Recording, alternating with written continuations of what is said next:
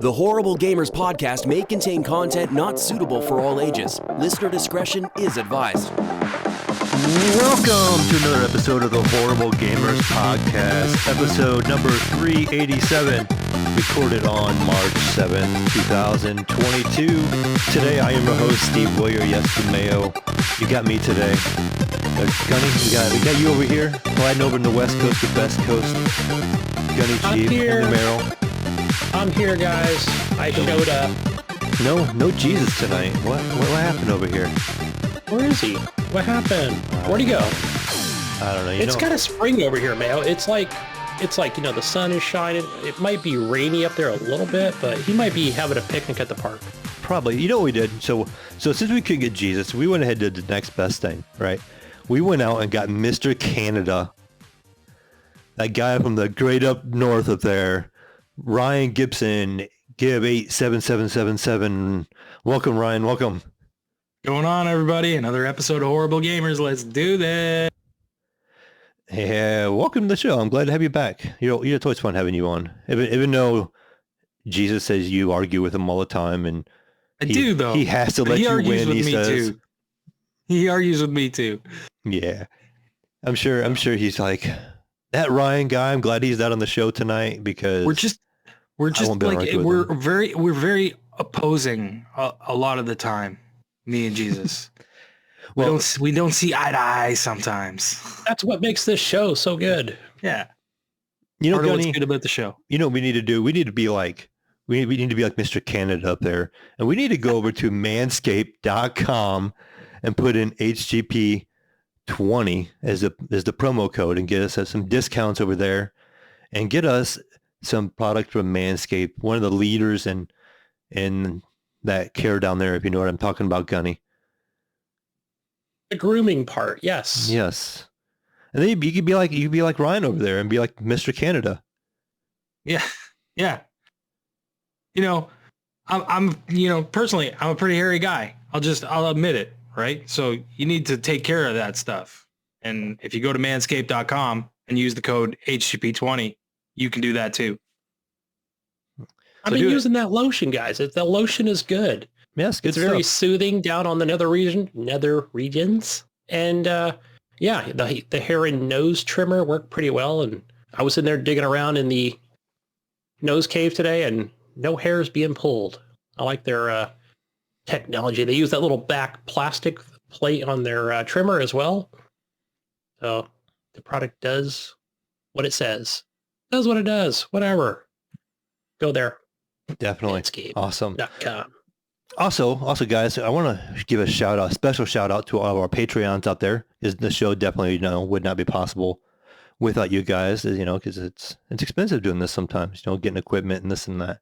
So I want to give a shout out to Leahy, the legendary D, Jason Sams, Robert Noble, Sean Petrock, Chad, Henley M, Pork Chop Boo, Nipron, the best HGP host ever, Evan's Big Girls D Tanaka, Jonathan Titan D Hall, and the first HGP Patreon Bill, still even the biggest D Gardner II.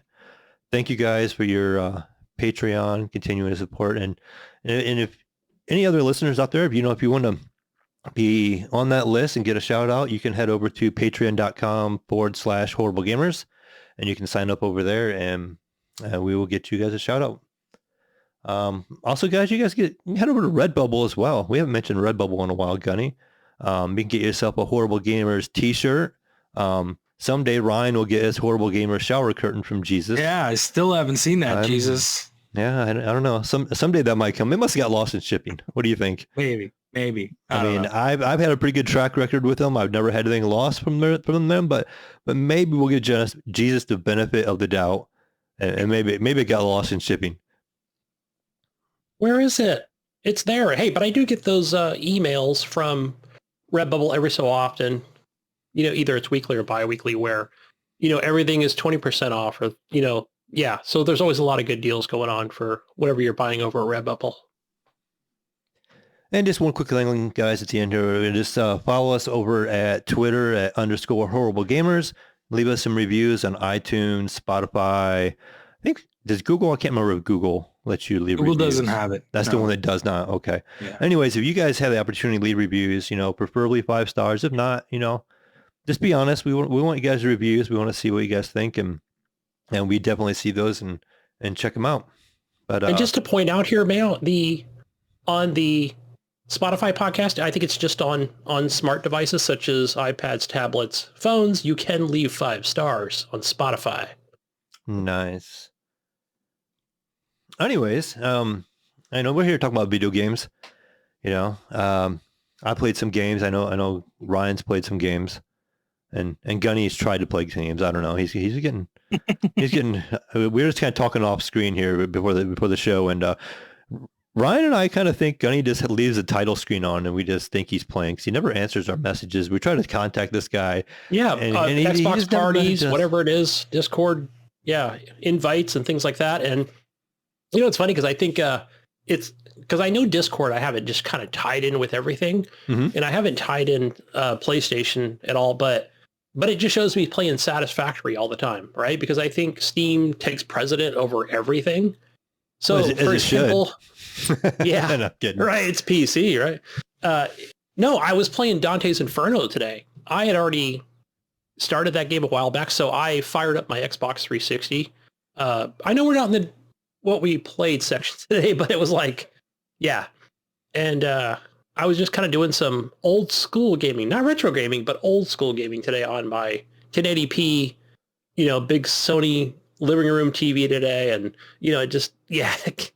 that system, I wouldn't say that game, but just that system does not, it kind of holds up. But playing on an old clunky 360 controller with a freaking chat pad connected to it, it definitely brought back memories. Pad. Why would you have the chat pad connected to it still? I think what it is the way I have everything kind of set up. I've got DJ Hero. I've got, and everything's kind of like in a container. On Xbox 360, Gunny. Who are you going to message? Who that you need a chat pad? You're like mad messaging with a chat pad. Oh, you know what I did today? So no, in order to, if you log out for a while or whatever, it wants your email and password. Yeah. So, and I think I tried it just kind of using the old, left and right on the D-pad today.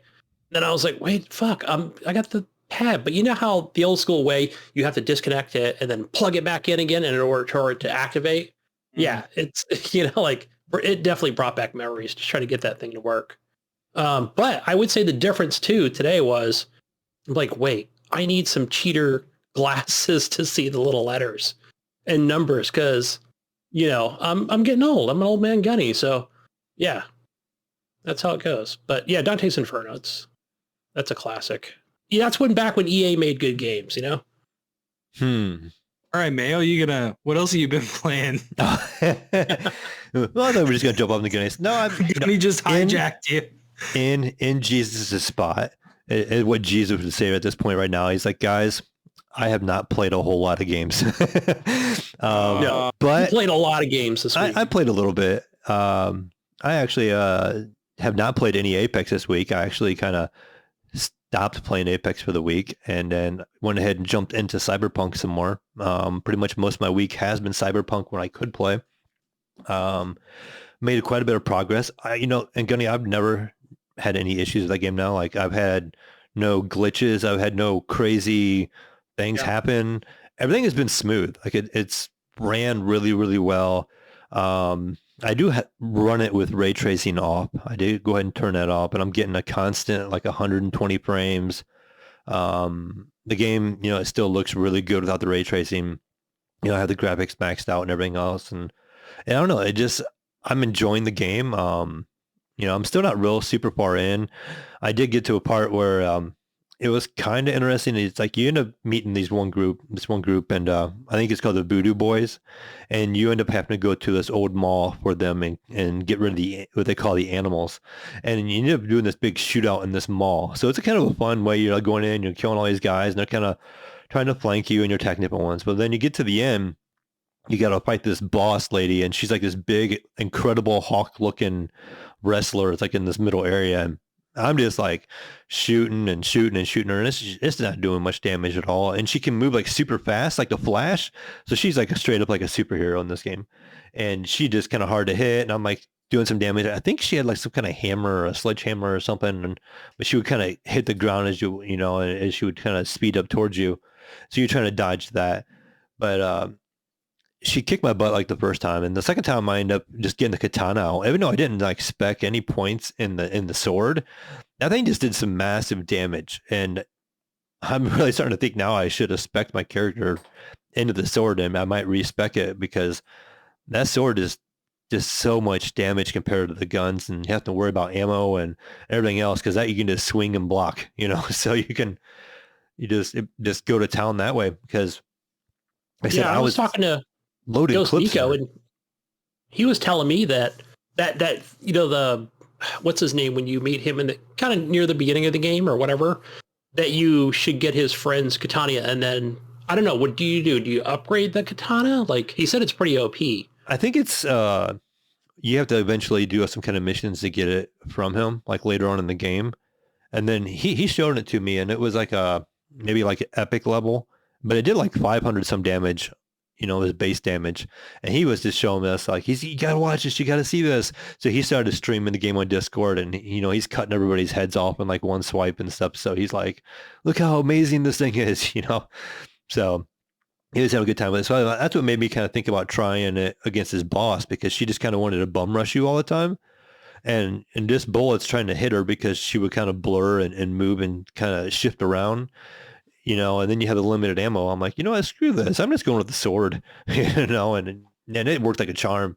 It mowed through her pretty quick, but I don't know. I'm really enjoying this game still. I did kind of give up using the controller. I was doing mouse and keyboard and then using the controller to drive, but I got kind of lazy, because I would put the controller down when I got done driving, and I go do some missions when the controller would turn off. So then I get back into the car, I'd have to sit there and turn my controller back on, wait for it to connect, and then, hit the button so it registers the controller, and then just kind of drive around. So I just got tired of doing that. So I just started learning how to drive with a mouse and keyboard, and it's a little different. It's not horrible. I do run into some stuff here and there, but it's definitely manageable. Maybe just a quick tip that I've seen other people do, and that's getting one of those longer. Is it the mini USB that connects to the controller? Yeah, I probably should. I think it just actually constantly stays on, even if you've got a battery or no battery in the controller itself. But it doesn't shut off after a certain time. Yeah, I think actually my phone charger was what I typically use. I use my phone charger cord when I'm using the PlayStation controller, because that's how I connect it to my PC. I connect it wired and do it that way. So yeah, I could probably do that. I didn't even think about that. Yeah, and they make those things like 4 feet, 6 feet long. So, you get a lot of room. Yeah, that's awesome. Yeah, I'd never really give that a thought. So yeah, I'll definitely have to give that a try. They won't shut off. As far as I know, I've never seen it shut off. And kind of toward the back half of the week, I decided I had my kids over at the house, and I took my son back out to the 80s bar arcade thing. It's open to minors during the day. Then it's like 21 and up after like 8 p.m. And so it's cheap entertainment. I'll go over there, and you get all the games are free. So you just hit the start button on the credits thing, and you get the credits, and as long as you're buying drinks, and the drinks are pretty inexpensive. Since I had my son with me, it was like soda, and it was like $1 maybe a drink. So I think I bought like 9 or 10 drinks between me, him, and his friend, and I spent like maybe $10 for like 2.5 hours of game time. Nice. So it was nice, and they just have a lot of those really good games. You need to talk about those old games. We played some Frogger. I showed the kids how it was done in what game was that? Oh, it was Miss Pac-Man. My son jumped on right away, and he played it, and then we were both trying to get the high score. And like right away, I like tripled the high score on the game. And so then they all were trying to beat it for a little while, and they finally gave up. And they're like, old school gamer champion over here, and Boomer and his old school Stone Age games, making fun. But we played a lot of Centipede. They really like the trackball and that kind of, that cabinet and stuff, and kind of a different way of controlling for them. And so they thought that was neat. And then we ended up in the one corner, and they had a Nintendo 64 over there with Smash Brothers playing. So we ended up playing Smash Brothers for probably a good hour on that. It's like on a big screen. I mean, that game just looks so bad anymore, and it's so hard to control with that 64 controller. Yeah, but it was a good rough. time. And so we continued to play there, and then we also played some NBA Jam. Played some 3-player NBA Jam, was kind of taking turns, who had 2 people on one team and stuff, and just from there we just kind of played a couple other games. So we end up going back home, and the next day my son's still here, so he fires up the Switch, and we had the Smash Brothers on there, the newest one, and so he ended up playing quite a bit of Smash Brothers that day, and just having a good time with that game. He's way better than I am, but I told him the other day I'm going to secretly start playing in the background and just get better at the game and then whoop his butt the next time I see him, because he plays it quite a bit.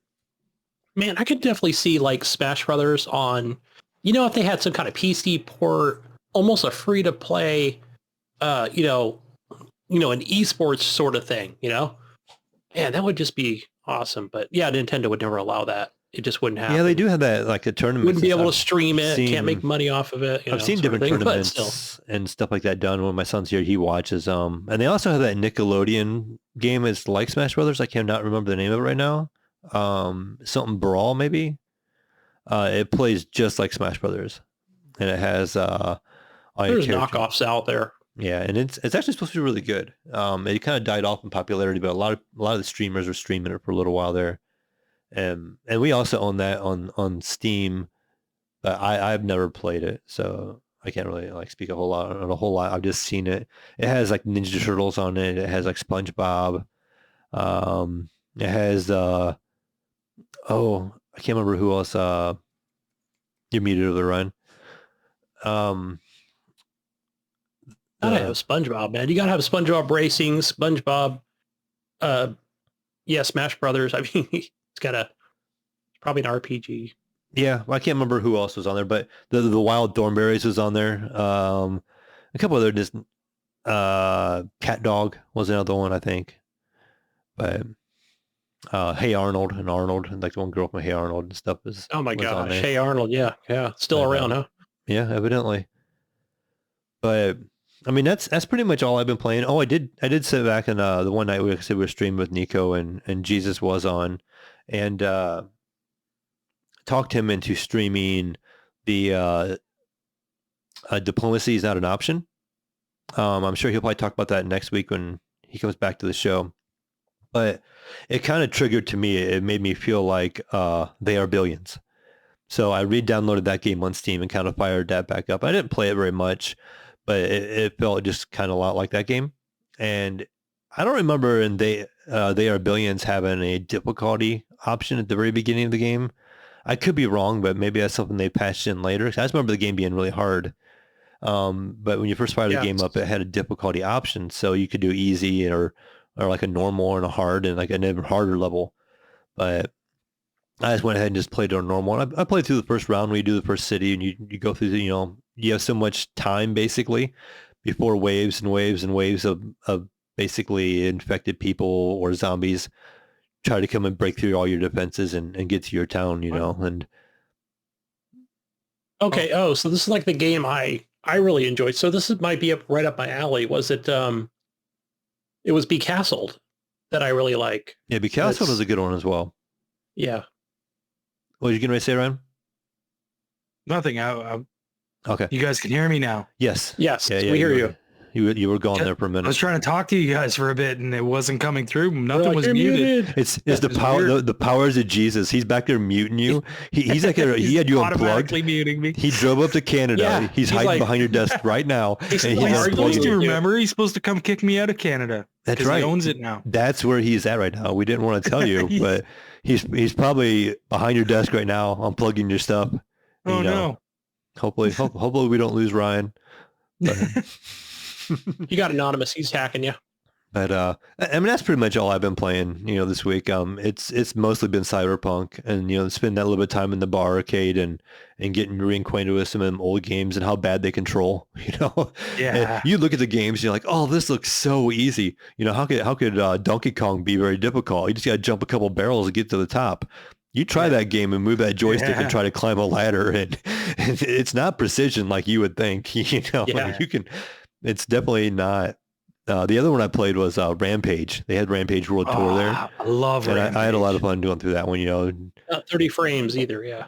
Yeah, jumping on top of the building and punching it from top down to destroy it faster, and picking the people off the ground and eating them and stuff. And the sexy lady in the bathtub. yeah. Yeah.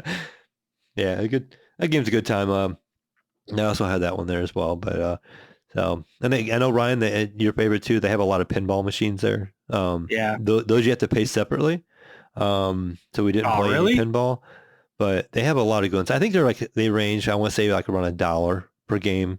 I don't know if that's good or bad, but that's typical. You get a buck a play. I would say they probably have 30 or 40 machines there.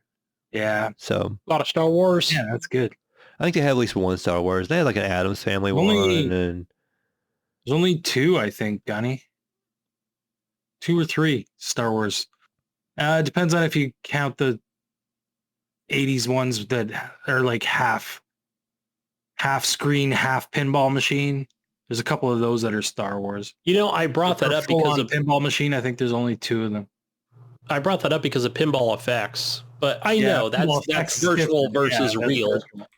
Because there's so many on, that they have on. Indiana Jones comes out next week, or this week, the end of this week, I think. For pinball effects. Oh, pinball effects? Yeah, I saw that tweet. Yeah.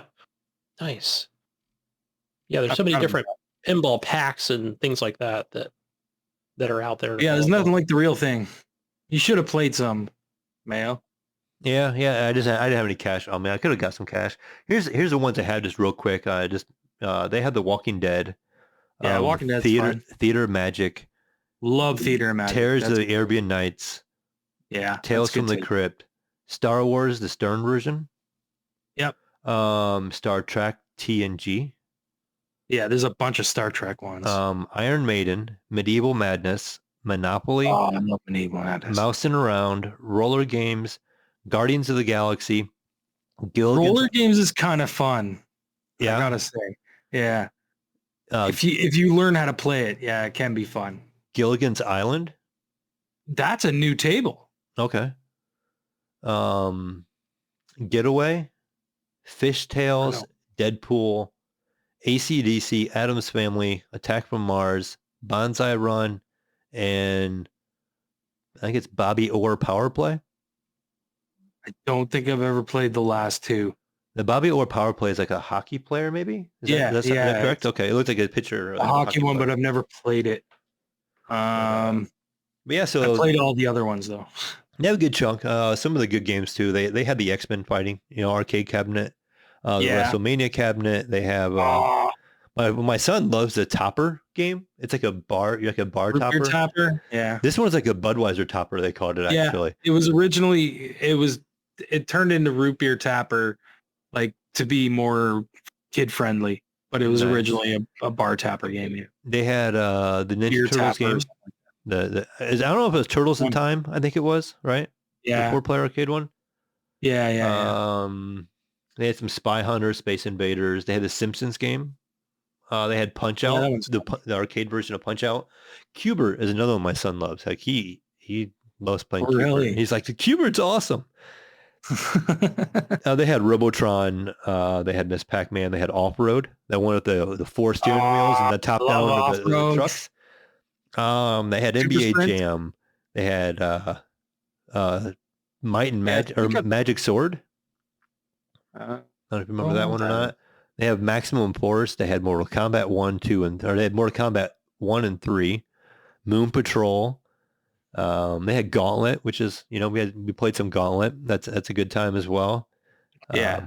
Frogger. The Frogger table they had, it's one of the table ones. So you sit down and you have the cabarets on each side. You know, you can play 2-player and you can sit down and play. They had Defender. They had Assault, Asteroids. Asteroids is kind of hard to play. I think it had a roller ball, if I remember right. Yeah, it should have a trackball, yeah. Yeah. And they had Burger Time, Centipede, and stuff. So do you remember Hit the Ice? No, off the top of my head. Hockey game, and it had trackballs. Oh, that'd be. Oh, it was really good. That was a great game. God, I think I remember that.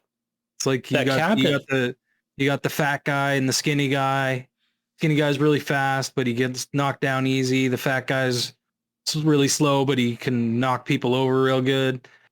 And then there's like the medium guy. It's like your shooter. Hit the ice. Hit the ice. Yes. That was a cabinet, right? Yeah. Yeah. Yes. And then I guess one of the game there, it was a new game, and it was is it Killer Queen? I think it's called, or Killer Queen, or Queen Black. Yes, Killer Queen Black. So they had 2 cabinets there, and they're actually having leagues there for that game. But they were charging for that game to play as well. You had to pay $1, I think, to play that game. But that looked interesting. We didn't try it. I know that's on Steam. So it was just like the classic stuff that they had on like free play, right? Yeah. And I mean, I said pretty much the only thing that you had to pay for was the pinball and the Killer Queen Black. But everything else was included.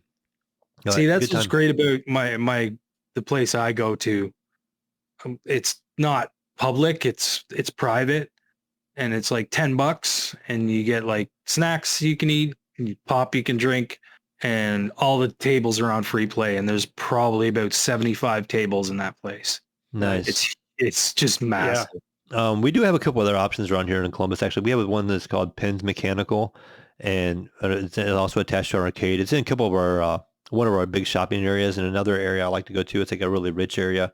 It's like a little, I don't know, it's like a city street. It's all brick road, and it's like restaurants down both sides. It's a bunch of big, fancy restaurants, expensive restaurants, and they have this. It's like miniature bowling.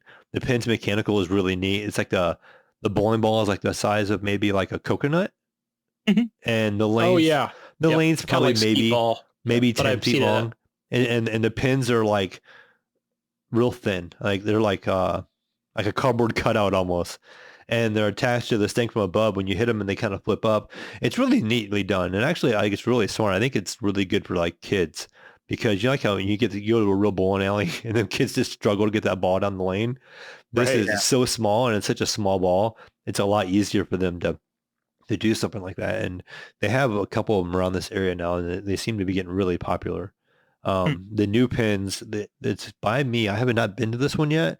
It's 2 stories, and I guess it's got a lot more pinball machines and arcade machines in that one. So I need to get awesome.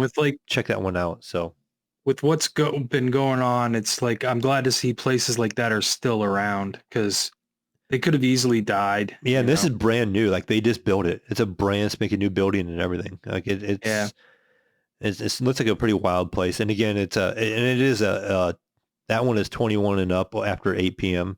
So it turns, to kind of a party place every night. And it doesn't open till 4 in the afternoon. And it's open till like 3 in the morning. So we have one close to me called 8-Bit Bean, and it's like a cafe, but it's an arcade. And they have a bunch of pinball and a bunch of like, you have to buy coins to use for them, but they're not on free play. But it's like a coffee place you can go to, and they don't open till 4 either. Same thing. It's funny because we don't have anything like that in my area. I don't live in a very heavily populated area. It's in the north of the Bay Area, so lots of cows out here. But but if I go, I don't know, I'd say an hour without any real traffic to go to Oakland or something. I know they've got, I don't know if it's an arcade museum or just, or just play pinball games. But yeah, and then there's probably one in San Jose and other places, but nothing near me where I don't have to cross a bridge and pay, a toll or something. But it'd be nice, remember the good old days of the arcade and the malls. Yeah. Yeah. Yeah, I mean that's pretty much all I've been playing. What about you, Gunny? I haven't been playing anything, just title screen, let it run. Yeah, which is what I do sometimes, but Don't you worry about no, burning? Aren't you worried about the title screen burning into your OLED? yeah, I don't have the OLED here. It's at the house. Oh. And that is, yeah, it's funny because remember I told you that TV is amazing, but it's almost like too large for some of the games that I do want to play. Mhm. It probably would have worked with like an Elden Ring, but I think I was going to try to get into shooters, like, and it never did work out, with like Warzone or whatever. I ended up just always playing here on my screen, my 165 hertz screen. So, but no, whatever. I've got that LG, the cheap LG I got from Target, and it suffices for what I need on my Xbox Series S. But yeah, speaking of that, yeah, I have been playing some Elden Ring. I know me and Ryan, we were talking about it earlier, off air, but I did start another class. I think I was Warrior. Did I say I was Warrior the first time? I can't remember. And then I changed it to Vagabond. And, this is after watching YT vids, right? And saying, okay, I'm going to go, kind of go this certain path and, how to start out and go do the tutorial, which is, again, nothing, the game doesn't tell you anything, right? So No. But just kind of add on what I did last week was, hey, I'm just going to go out there and kind of do whatever I can. The touch of grace, your kind of your save points. I did some of those. And if you do look at your map, it's kind of obvious, like it's kind of saying like, hey, like there are these things on the map that just kind of show up, there's a shape of a church and a shape of like a, something else. So it tells me that there might be something over there. Yeah. So I saw the hints. So when I watched the YouTube video, the tutorial, it showed like, go here, go here, go here, right? As a recommendation. I'm like, well, yeah, that was pretty self-explanatory. And so I kind of did. But I guess it really isn't though, Gunny, because like if you didn't know to go there, you would just start wandering around like I did and just you're clueless. You're literally clueless. Like for someone who has never played a game like this before, you would be in this open world going, okay, where am I supposed to go? And then the first thing you're going to run into is a knight on a horse that's going to one-hit you. Yes. You know what I mean? So, it's like, it's such a kick in the balls, like for anybody starting that game, not knowing what it is. You know what I mean? Like it's just, you're released into this beautiful world. It's absolutely gorgeous. It's, a beautiful world. You go into this beautiful world. And the first thing that you come across, what's the first thing in a video game you're going to do when you see something? Attack it. Right. Right. Yes. Assassin's Creed. Go lesson number one about Dark Souls. Hit it 6 times and kill it. Don't attack anything. Just run and dodge. Run away and dodge and get the hell out of there as quick as possible. Yeah. It's funny you mentioned that because of that night, right? I talked about it last week and I thought it was pretty obvious, right? Like I know from software and, but that's what I'm saying. Think about it as a person that's going into it without a clue. You know what I mean? Without knowing that that's what happens in these kinds of games. Some guy, some kid, for instance, okay, his mom picked it up for him. Yes. You know what I mean? And he throws this game in and he has no idea what it is. And that's the first thing he runs into. You know what I mean? Like that's how From is, you know what I mean? And it's like, you have to learn that. And you really do. You have to learn about how these games work because it's different. It is. Yeah. It's very different than most games. Like it's basically just go in there and see what you find. Yeah. The vibe I kind of get though is like, it is difficult, but I from what I hear from people, it's like the more you explore and the more you can kind of level up slowly, you can go back. Like you may have a really hard time fighting these bosses. That's from what I'm seeing. You can eventually go back and you can beat them a little easier. You just got to have that mentality of get yourself even stronger. If you go back and you fight that guy and you still can't beat him, like you were saying, Ryan, go explore some more, go kill some more enemies, go level up a little bit. Find the enemies that you back. can kill, and then just watch out for those enemies and attack them and kill them off. Like there was this one area in the very beginning where you go down a hill and there's like a little, almost like a little town there. And that town is full of knights. Okay. When I first went into that town, I got destroyed. The dude blew the horn and 50 guys came and just fucking destroyed me. I can walk into that town now and kill everybody in it. Just like that. Like easily. But when I started, that was a scary place to be. Now it's not so scary anymore. You know? Yeah, so it's definitely an about idea of how to deal with it. But there's other things in the game that I haven't figured that out yet. And that's part of the game. You know what I mean? Like it's part of the game to figure out what you're supposed to do, because it's not really telling you much. It's not giving you very much direction at all. Even in the little bits of story that you get, you have an idea. There is a path that it's pushing you on, but if you just follow that path, you're going to get way too far before, you know what I mean? Before you're going to start getting destroyed again.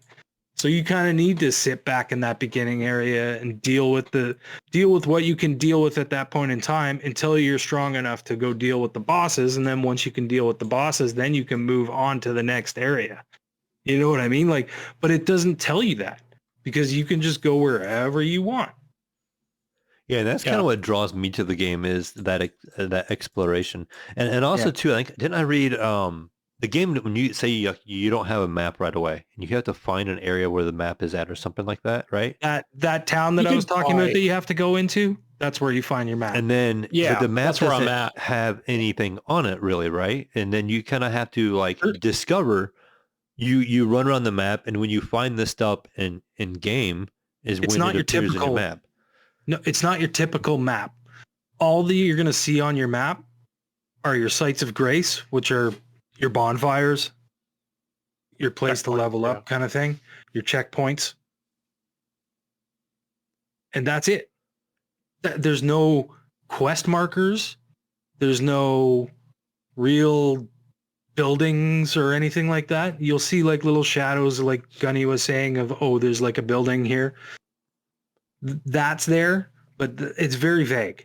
It's not an Assassin's Creed game where there's shit all over your map. It's and you funny, have to go. Right. You mentioned it's fog of war. It's very fog of war. plain. You don't need a legend for this map. It's got your points on it, and that's it. That's all that's on it. And you can kind of get an idea of, okay, in this area is swampy, in this area is foresty, this area is, like fucking hellscape.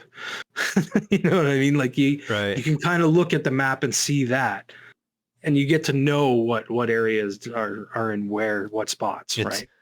It's funny, you mentioned that because biomes. on Twitter today, Jason Schreier tweeted what Elden Ring would look like if Ubisoft made it. And it basically put all these question marks on the game screen, like as the UI. Yeah. And it said like, go here or something like that. But then like other people were kind of defending like the Ubisoft games. They're like, just because Elden Ring doesn't have any of that stuff, they're like, I personally like the way like Assassin's Creed does that sometimes. And so, I do too. So some people like it, some people don't, but it's just kind of I think in Elden Ring, it's nice because it's like an atmosphere kind of thing in a way. It kind of adds to the. I feel like it makes the game a little more accessible to people that will drop it right away when they hit a wall. Mm-hmm. You know what I mean? That's all you're really doing. You're making it more accessible to a wider audience. But this game, from this developer in particular, has a type of game that they make, and maybe that's not for me, and it hasn't been yet until now, where I'm actually enjoying Elden Ring as compared to like Dark Souls and all that. I never enjoyed any of them. This one in particular is pulling me in for some reason. But I feel like if there was a little more direction, it would keep me more. You know what I mean? Like it would keep me, because I'd have something to move forward with. there is something to That move makes forward sense. with in this, but you just have to keep track of it all yourself. You know what I mean? And I there's think no, but it gives you there's that no quests. There's that no desire to explore too, though. I think that's what keeps bringing you back. You know, I think Yeah. that's kind of the thing is it's like if you've seen it all on a map, you may be like, oh, I don't want to do But this there's yet, no- or I don't want to That's do the that thing yet. too, though, So, about this game, right? There's no checking something off where it's like, I've done that. right. So I've ran into the same cave like 3 or 4 times, and then I get to the bottom where the first enemies are, and I'm like, oh, I did this cave already. Oh, I've no. already gotten I everything in just here. And then I wasted all gotta this turn time. around, Right. and I gotta turn around and go back. But you can fast travel if you want. You know what I mean? Like there's ways around it. It's just little points of interest like that would be nice, I think. Like little checks that would say, okay, you've been here, you've finished everything that's here. Or maybe like don't need to colors in come the back map here in the again. way, like the map can Yeah, be black and something white like and it that. colors it in or something like that. Yeah. You know, just to check off exploration. Like a lot of people have been saying, oh, I have to keep a journal with Elden Ring so that I can remember story plot lines that are, you know, that you don't run into right away. You know, you run into something and he tells you something, but it's like not till like 10, 15 hours later that you find the thing that he was talking about. And then can you remember what Buddy said to you? You know what I mean? Like things like that. How is the story? Yeah. That's one thing I've not heard much about this game is I the don't story. know. I haven't heard I don't anything. know. Well- I don't really know yet. I haven't progressed the story very much because I've been kind of just chilling in one area trying to get myself leveled up. When I see it, it's usually like in a noisy background where there's no volume. The one time I saw it when I was at that bar arcade, they have streamers on and they had a TV up in the one corner. There was a big TV and somebody was streaming the game, you know, and I could see what was going on, but you couldn't hear any of it.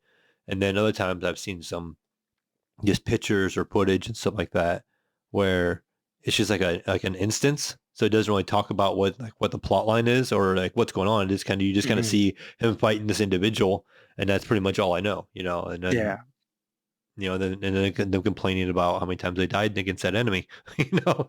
Well, all I know is you're the tarnished. You're going in to try and get the Elden Ring or something. I don't know. There's not. Yeah. I don't really know. The To story, be the honest. I don't story is know either. exploration, Yeah. right? It doesn't even that's tell kind you of the my beginning of the take. game.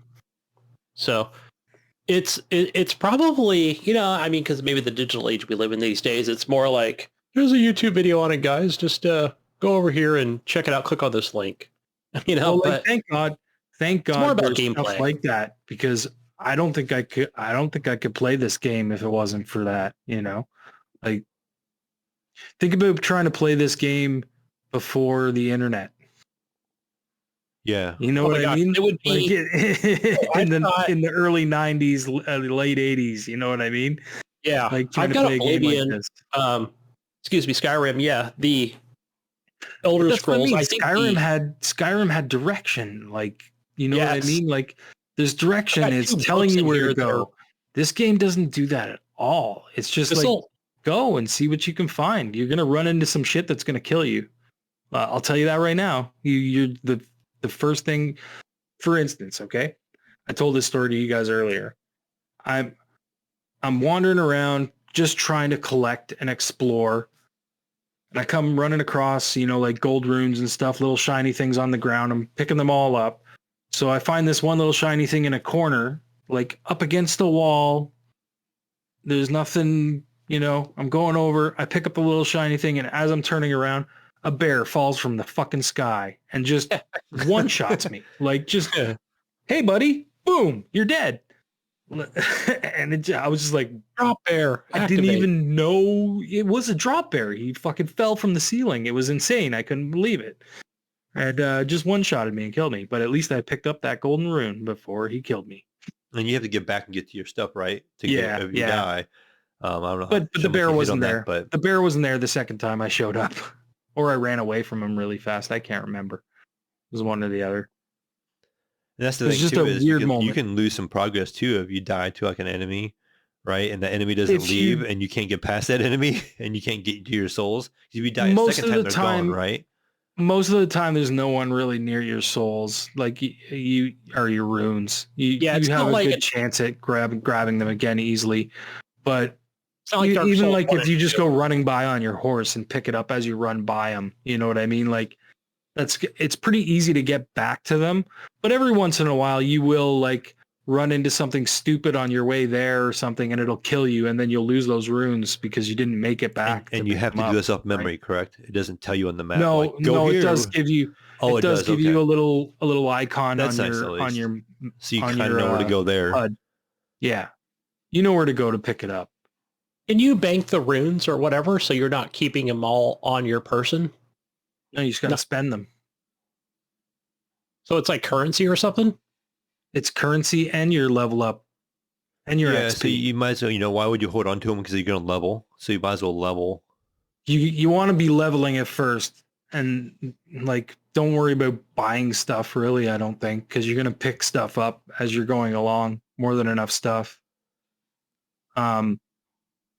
Yeah, I would say when you go to your sites of grace, you go in there and you go to level up and you spend it on your points to level up. Mhm. And then you can upgrade when you find golden seeds, you can upgrade, you can get more Flasks. health flasks and mana flasks. Yeah, that's what I did with my new vagabond. Is that's what I chose as my gift is the golden seed, so I can actually replenish Yeah. my flasks. Yeah, that's my plan. I'm gonna kind of go on a little bit of the tutorial, but not follow it all the way through. It's just more, like I was telling Ryan off air, is that I'm on my way to get that long sword. I think it's from that area that you talked about, Ryan, where you come into that village. There's a lot of soldiers there that'll just destroy you. But Is it down in a cave underneath? No, it's actually up top. Okay. Well, when you go in there, I think you hang a right in the first little section of the building, and there's a stairway that goes downstairs, and there's a little section down in there, and you'll unlock some stuff too. And then if you kill all the guys, both those there's two big truck things that the giants pull along, chariots. Yeah. Right. That's one of You them. can get some stuff out of those, and the map is right in the middle. There's a big, huge post in the middle, and that's where you get your map from. Okay, I thought you had to buy the map. No. Or okay, maybe it's a separate one because it recommended purchasing at least one map for 200 gold or whatever it is you pick up. Don't you then have to then go to the site to then activate, to kind of get rid of that fog of war, to kind of expose more? But I don't know. There's just so much more to this game. As you walk around, you'll get rid of the fog of war. As you explore, the fog of war will go away, but it doesn't do anything. Like, fog of war is just basically telling you haven't been there yet. That's it. Yeah. And once you've been there, you got to explore the area and see what's around, because you'll find like caves and fucking enemies that'll kill you. Yes, I know that first cave after the dude on the horse or whatever. I try to fight that enemy. I'm like, I'm going to try and kill this guy. I almost got him. But yeah, I kind of gave up after a bit. I even went back in there with a shield. And I know it's before I kind of even level up, but I'm like, no, I'm going to take him out. But he finds a way to just fuck me up every time. Every time. And it's not frustrating me or whatever, because I know I'm supposed to level up first, but I'm like, yeah, it's kind of designed this way. I get it. So yeah, it's good to go in and just see what the boss does anyways. You know what I mean? Because you got to learn the patterns. If you don't learn the patterns, they're just going to destroy you every time. But you gotta know, hey, he's going to do this move, and then he'll do this move, and that move. That's what it is, because I end up lynching. You got to roll, and then attack, roll, attack. You know what I mean? You get to know the patterns that he does. The other thing I learned too about, that boss and other bosses, is when I'm attacking, I notice if I kind of pause for just a second before his another attack, it's almost like you'll stagger him, right? And so you'll be able to attack 3 more times, 1, 2, 3, right after the first time.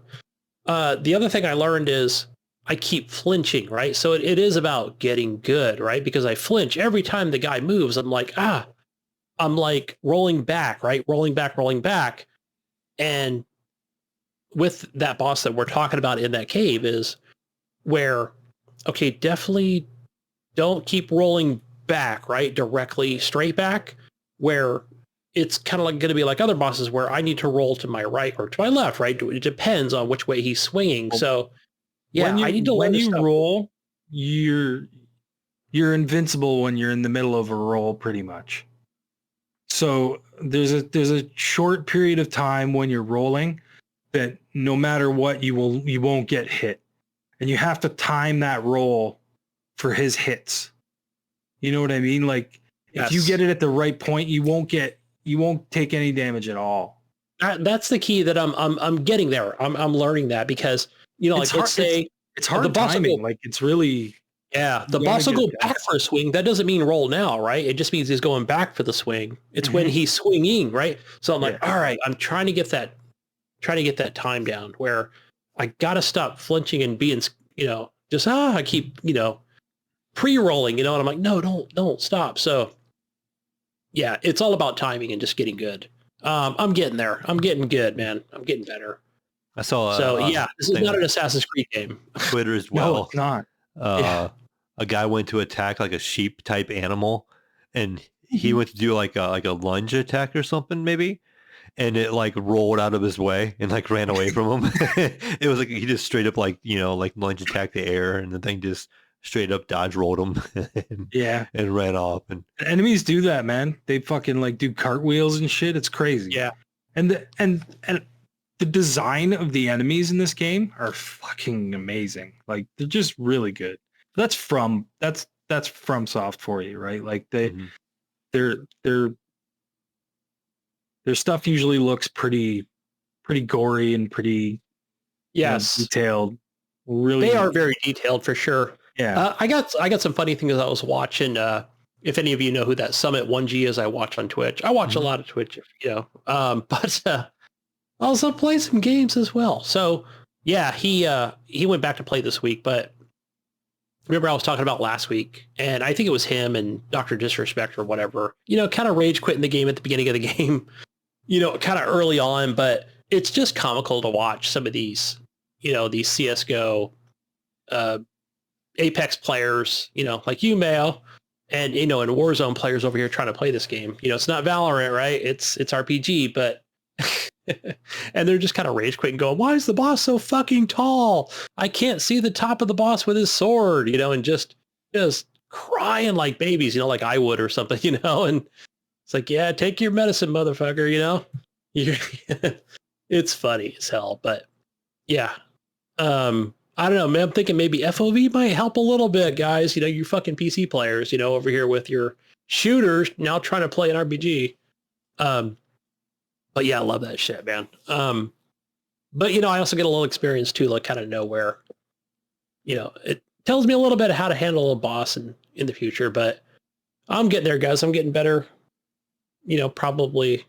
I feel like there's just so much to learn about the game. There's a lot. What everything does and what to collect first, and gosh, and then watching not so much spoilers, but just watching people like, how did they get so much shit in their inventory with weapons and armor and and just so many other things. And I think they did a pretty good job with just the open world sort of things. It's amazing. It really is.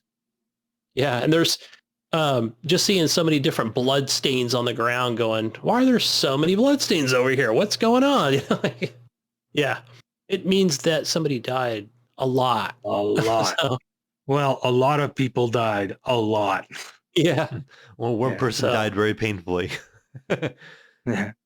Yeah, but I think I'm pacing myself pretty well. I'm not getting too frustrated with it or angry or upset and, throwing the controller. I kind of know what I need to do and what I need to level up. I just need to learn, the enemies first, whether they're knights or they could be the turtles, right? It could just be fucking or whatever. I don't care. So I'm gonna learn these. And he's things. killing turtles again. I know. I went back today. I'm like, I'm gonna kill that turtle again and get his turtle shell because it's easy.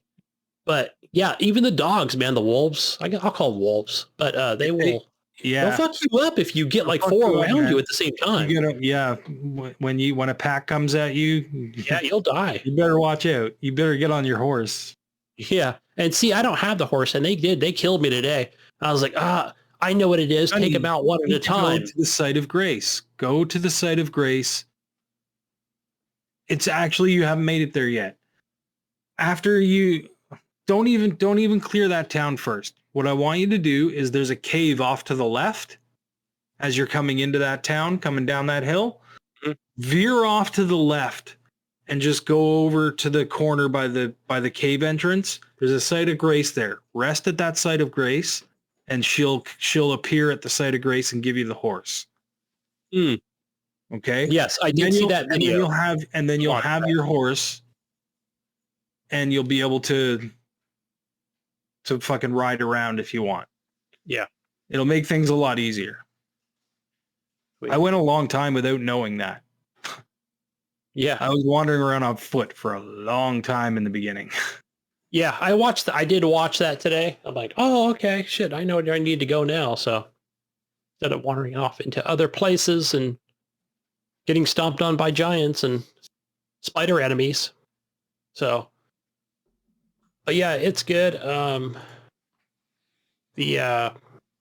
than that, I was playing that Everybody Saves the World or Nobody Saves the World. Nobody saves the world. Nobody. Fucking nobody even. Nobody saves the world. Yeah. Yeah, it's good. It forces you to play other characters like I was playing yesterday, whatever, reaching that level, what is it, level 5 dungeons or whatever it was, the area in the north of the castle, and I'm still early on. Yeah. Damn, what was I playing? Okay, so I was playing the knight, and it's like, hey, you know, you kind of need that purple damage or whatever, and your knight doesn't have that purple damage, so you're not doing any damage to those enemies, you know?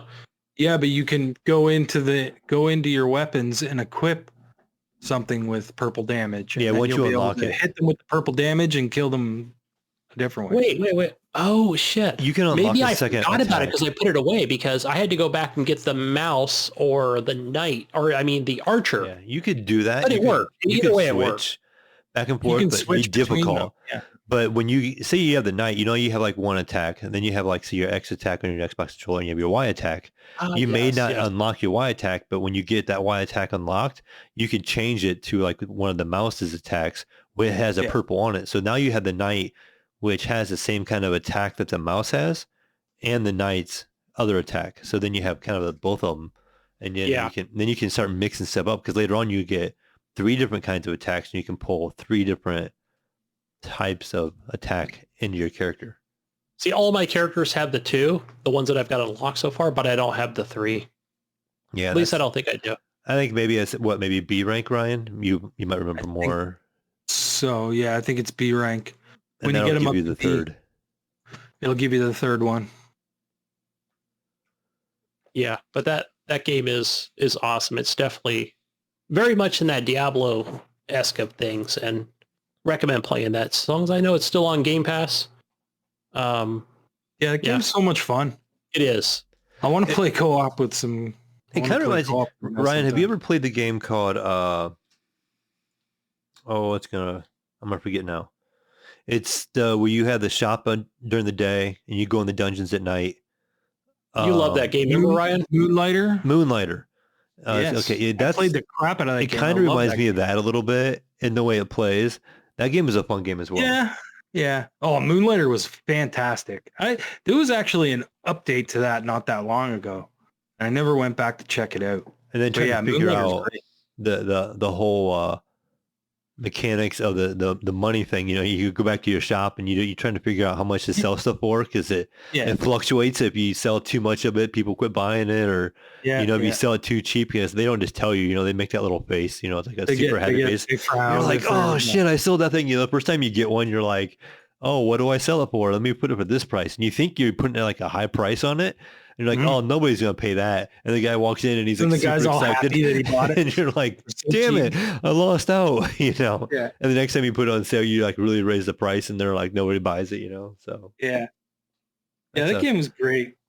yeah, I really like that game. That game is Yeah. That's on Game Pass as well, right? I don't know. I owned it, so I own it as well, but I remember seeing that on Game Pass. I'm pretty sure it is. So if you haven't played it, guys, check it out. and I think it had some big update recently, or at least a few months ago. I think they might have added co-op. I can't remember. That would be interesting. I don't remember. You always say that too. You always have that risk versus reward. You know, you go into the dungeon and you're almost dead, and you can warp out at any time and take a step out. Yeah. Or if you die, you lose everything you had. You know, you're like, oh, I want to go a little deeper, see what more I can find. You know, and then you die, and you're like, no, there's so much stuff. Yeah. Fun That game was so good. But yeah, it kind of reminded me of that a little bit, like the art style somewhat, and just kind of like I said, the way it played. Not as big of a scale. I think this game is way bigger feeling, you know, because those dungeons are huge on Nobody Saves the World. You know, they get kind of long sometimes. They do, yeah. I'm actually remember how OP the turtle was. He's not OP anymore. No, he lost that OPness. I can't walk through this dungeon. I'm stuck on it right now. I got to level up some more, I think, where I can get through it. I think I might have gone a little quick through some stuff with the turtle, and now I've hit a wall again. So I got to figure out how I'm gonna get past that. That's kind of where I'm at with that game right now. But yeah, I mean, check it out because it's so much fun, and there's such a variety of different gameplay options and characters that you can be. It's a lot of fun, man. It is, yeah. Good dungeon crawler. Yeah. I like it. Definitely a good game. I would definitely purchase this game. You know, if they ever took it off Game Pass, I think I would too. Yeah. Yeah, it's nice to have in your library. I think it's just and it's one of those games you can kind of step away for a little while, and you can go back and pick it up. You know, I haven't played it for probably 3-4 weeks, but I feel like I could jump back in it at any time and just know right where I left off and be like, oh, okay, I remember where I'm at, and just go. Yeah. Yeah, it's cool. Did you yeah, play other than else, that, Gunny? no, I haven't really touched Dying Light 2 at all. No, me either. Yeah, I don't know. I mean, it's a great game, but I've just been... Is that game kind of dying off a little bit? I haven't heard much about it. You know, I don't hear much talk about it in our Discord. I don't hear much talk about it on the Facebook. I don't think it's doing very good. I don't see much, you know, like streaming. Like when I check on just the browse or whatever on stream or some of the bigger streams, nobody's playing it. So I'm just curious. Is that game just kind of dying off, I wonder? Yeah, it's... You know what? I would say like Dying Light 1 had... If it had like... You know, if it was kind of like made today or whatever, because it had a really decent story and, you know, it had really good co-op. The co-op actually works really good now, even with Dying Light 1. And yeah, it's... I don't know. I think the people don't like the fact that, you know, you come into some of these places where you got a mission to do. Well, it's not nighttime. Come back in the nighttime. I think you have to like either go back to basically a base kind of thing and you know, and there's like a bed there and then you have to say, okay, all right, well, you know, sleep till nighttime or whatever, then go back and do said mission. So yeah, some of the missions are at night, some are, it doesn't matter. And I don't know. It's, yeah, I'm sure I'll spend a lot more time with it eventually, you know, once I get my ass kicked in Elden Ring and, you know, go back and play something easier. But other than that, I've just been playing BeatStar, you know, on my phone. And yeah, that's kind of my mobile game now kind of thing going on with songs. And, you know, since I don't play that much, I really don't feel like I need to make any purchases on, you know, some of the music that's really good. But if you got that Guitar Hero itch, man, go play some BeatStar or a Rock Band or something. It's a good mobile game with good quality music. Popular. But what have you been playing, Ryan? Well, good. Besides mostly Elden Ring and Nobody Saves the World. but I also played Wobbly Life. All right, guys. Oh, it's your time game of the for- year. It's time for Ryan's Wobbly Life update of the week. You know, and FYI, guys, before the show started, Ryan was on the phone with his daughter, and they were talking about Wobbly Life. I'm like, And I hey, we asked got her to what show today. her- We're going to I talk asked about her real what- games here. I asked her what her game of the year was, and she said Wobbly Life. But yeah, so the sword, guys, we did it. We You finally got sword. it. Nice. I finally got the sword. I don't know what's left to do in the game now. To be honest, I think we've done all the big things. There's a couple more like little things to do, but they're really tough. I'm having a really tough time with them. Anyways, so the sword, finally. Grabbed the helicopter. Everything was going good. Thunderstorms happening. Islands in the middle of the lake. Land the helicopter. I got the boat. Take the boat over to the island because the helicopter's too big to land on the island. I climb up. I go to grab the sword, and I fell backwards because it's awkward the way this game, like, do you know how like human falls flat kind of feels when you're like walking around, you're all wobbly and you're grabbing things with your hands and it's all like, you know, your arms are kind of flailing everywhere. It's like it kind of reminds me of that early Octodad stuff, but not that bad. Yeah, it's like that. You're this little yellow guy that all you can do is grab stuff, pick it up, and carry it with you. So I fell backwards and I knocked myself out because if you fall too far, you'll get like stars above your head. And my daughter is just laughing her ass off at me because we've been trying to do this for a long time. And every time something goes wrong, right? Every time everything gets together and I have the thunderstorm and I have the helicopter and everything's all set up to go, something goes wrong. Something really stupid. Like I've had a time where I had it in the helicopter and we were flying over to the cave that we had to go into, and the fucking sword just slides out. There's a door on the side of the helicopter, but you can't close it. And that's the only place you can put the sword.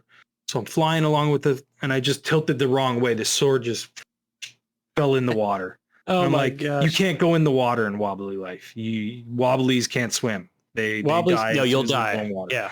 Okay. Oh, you can't swim. You have to be on boats. So that was one of the times. But this time, I'm Did you get a finally boat there. in this game and just boat it across? No, not that kind of game. Yes. There's boats. I had the helicopter. So I took the helicopter. I got to the island that I needed to get to. I grabbed the sword and I go to put it into a hovercraft. There's a hovercraft on this island. So I put it into the hovercraft and I'm hovercrafting over to the cave that I got to take it into to load it onto the thing to unlock this new costume. So finally, I get in there. I go to pick up the sword. The fucking sword is stuck between two fucking rungs that I can't get the sword out of. And it's so awkward. And I'm in the boat, so I'm still in the water, okay? I could easily pick this sword up and flip it into the water and I'd have to fucking start all over again. Oh, man. So my daughter is just cracking up, just laughing at me because I'm freaking out. I'm like, don't drop it. Just fucking come over here. I'm trying to pull this sword out of the thing. I finally rigged it out of the two seat pieces that were in there and I got it out, got it up there. I'm going up the thing that I fell through the floor the last time, if you guys remember that story, where I fell through the floor.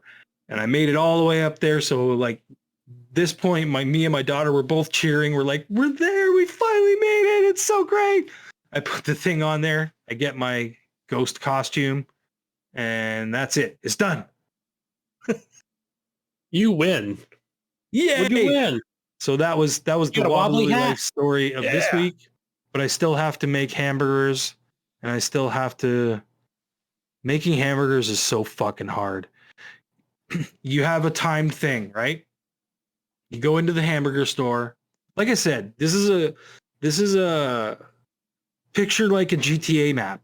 Okay, It's cartoony. It's not realistic looking like GTA. It's stupid cartoony shit. But you have this whole map. You have cars that you can steal off people, and they just disappear when you jump into the cars.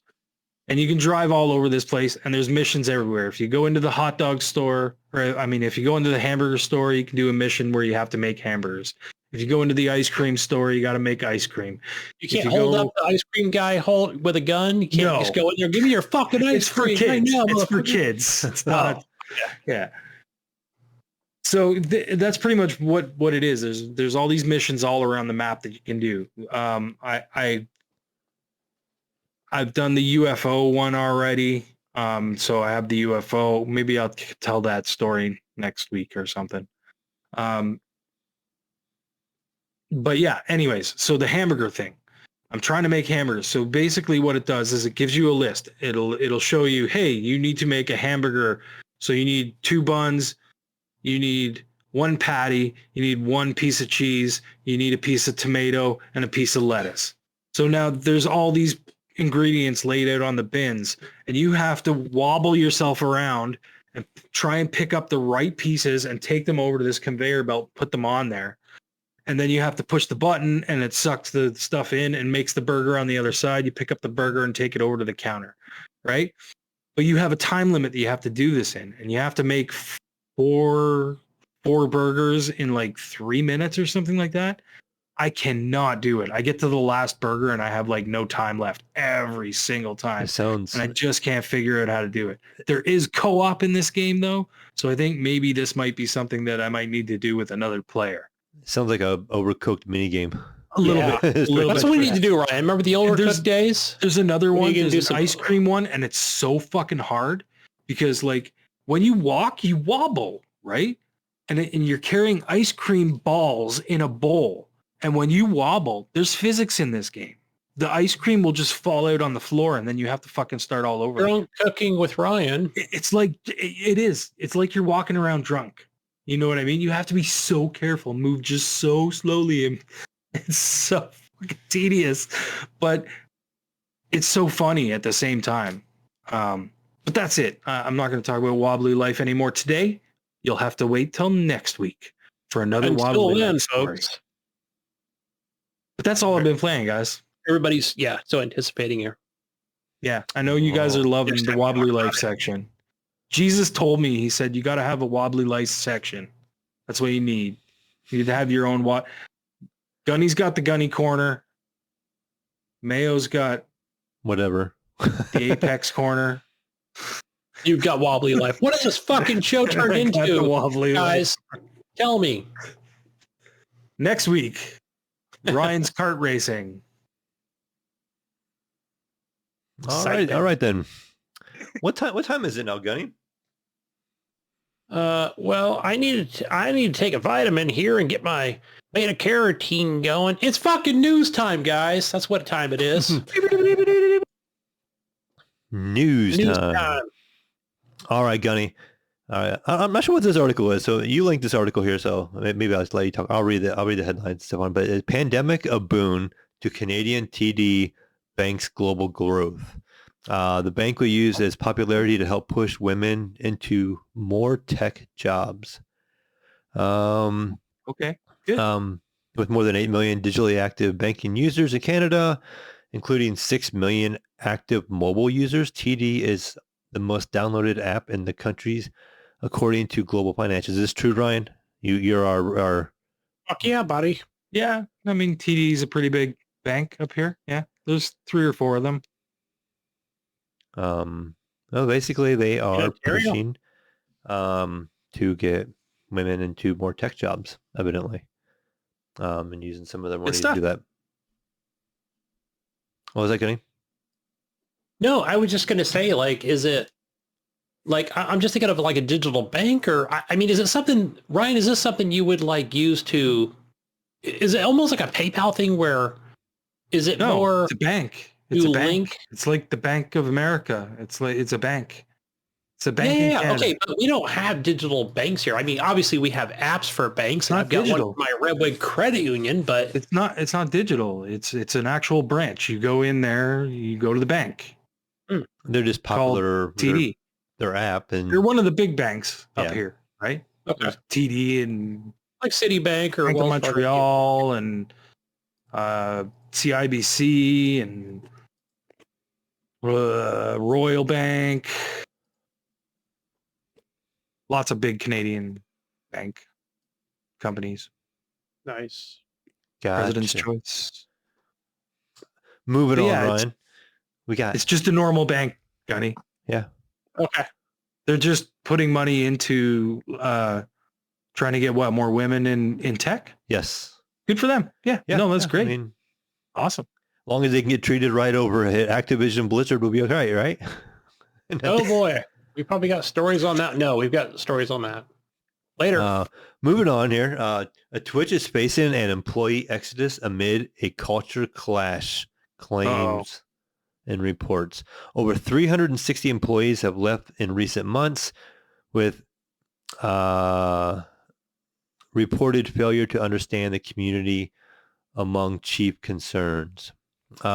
A new report has claimed that several top Twitch executives have left the company apparently in part due to a failure to understand Twitch's culture.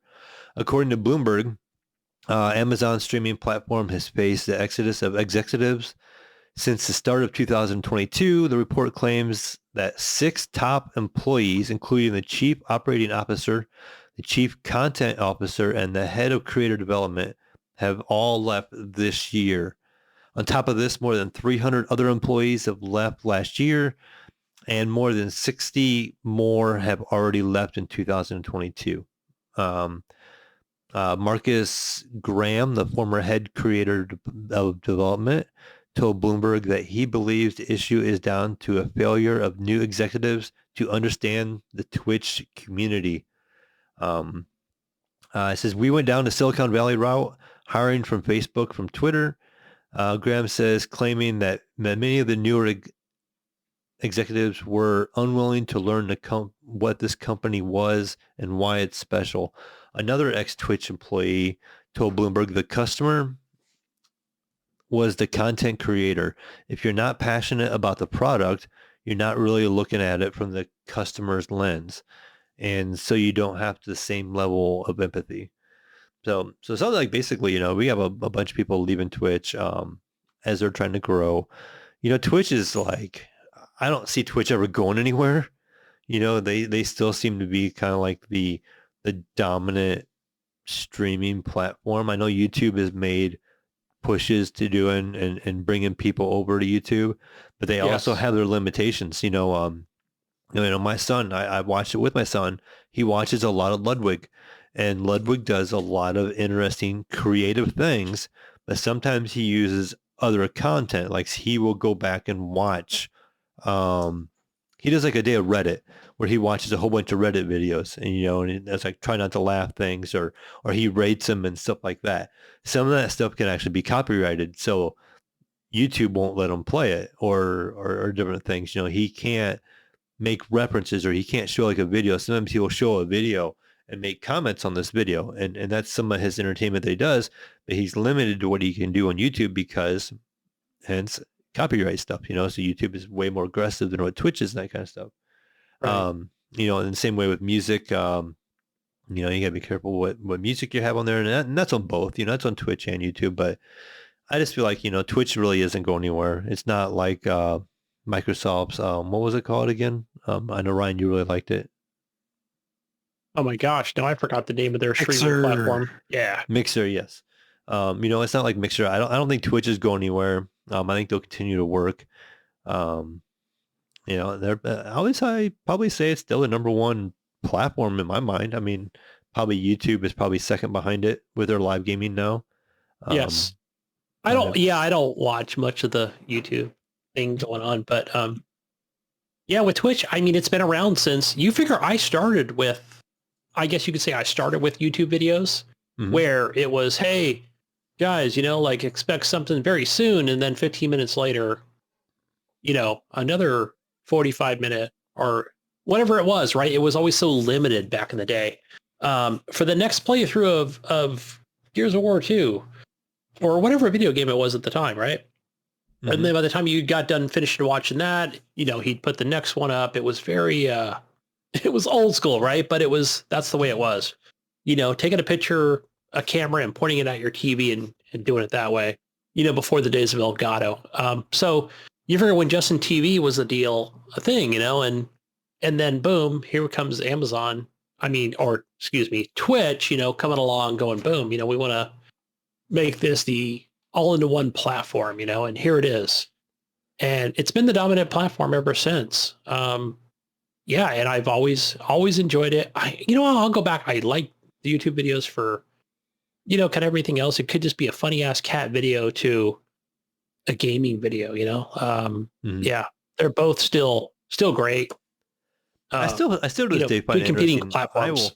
I will talk to people that aren't gamers, and I will mention Twitch or something like that, and they can even like if the podcast or anything like that comes up, they associate it with Twitch automatically, just not being in the know. They're like, oh, you podcast, so you do video and this and this, and how many followers or streamers do you have or viewers do you have? I'm like, no, that's what first question. It's an audio, it's an audio only. It's downloads, not viewers, and then you kind of explain to them.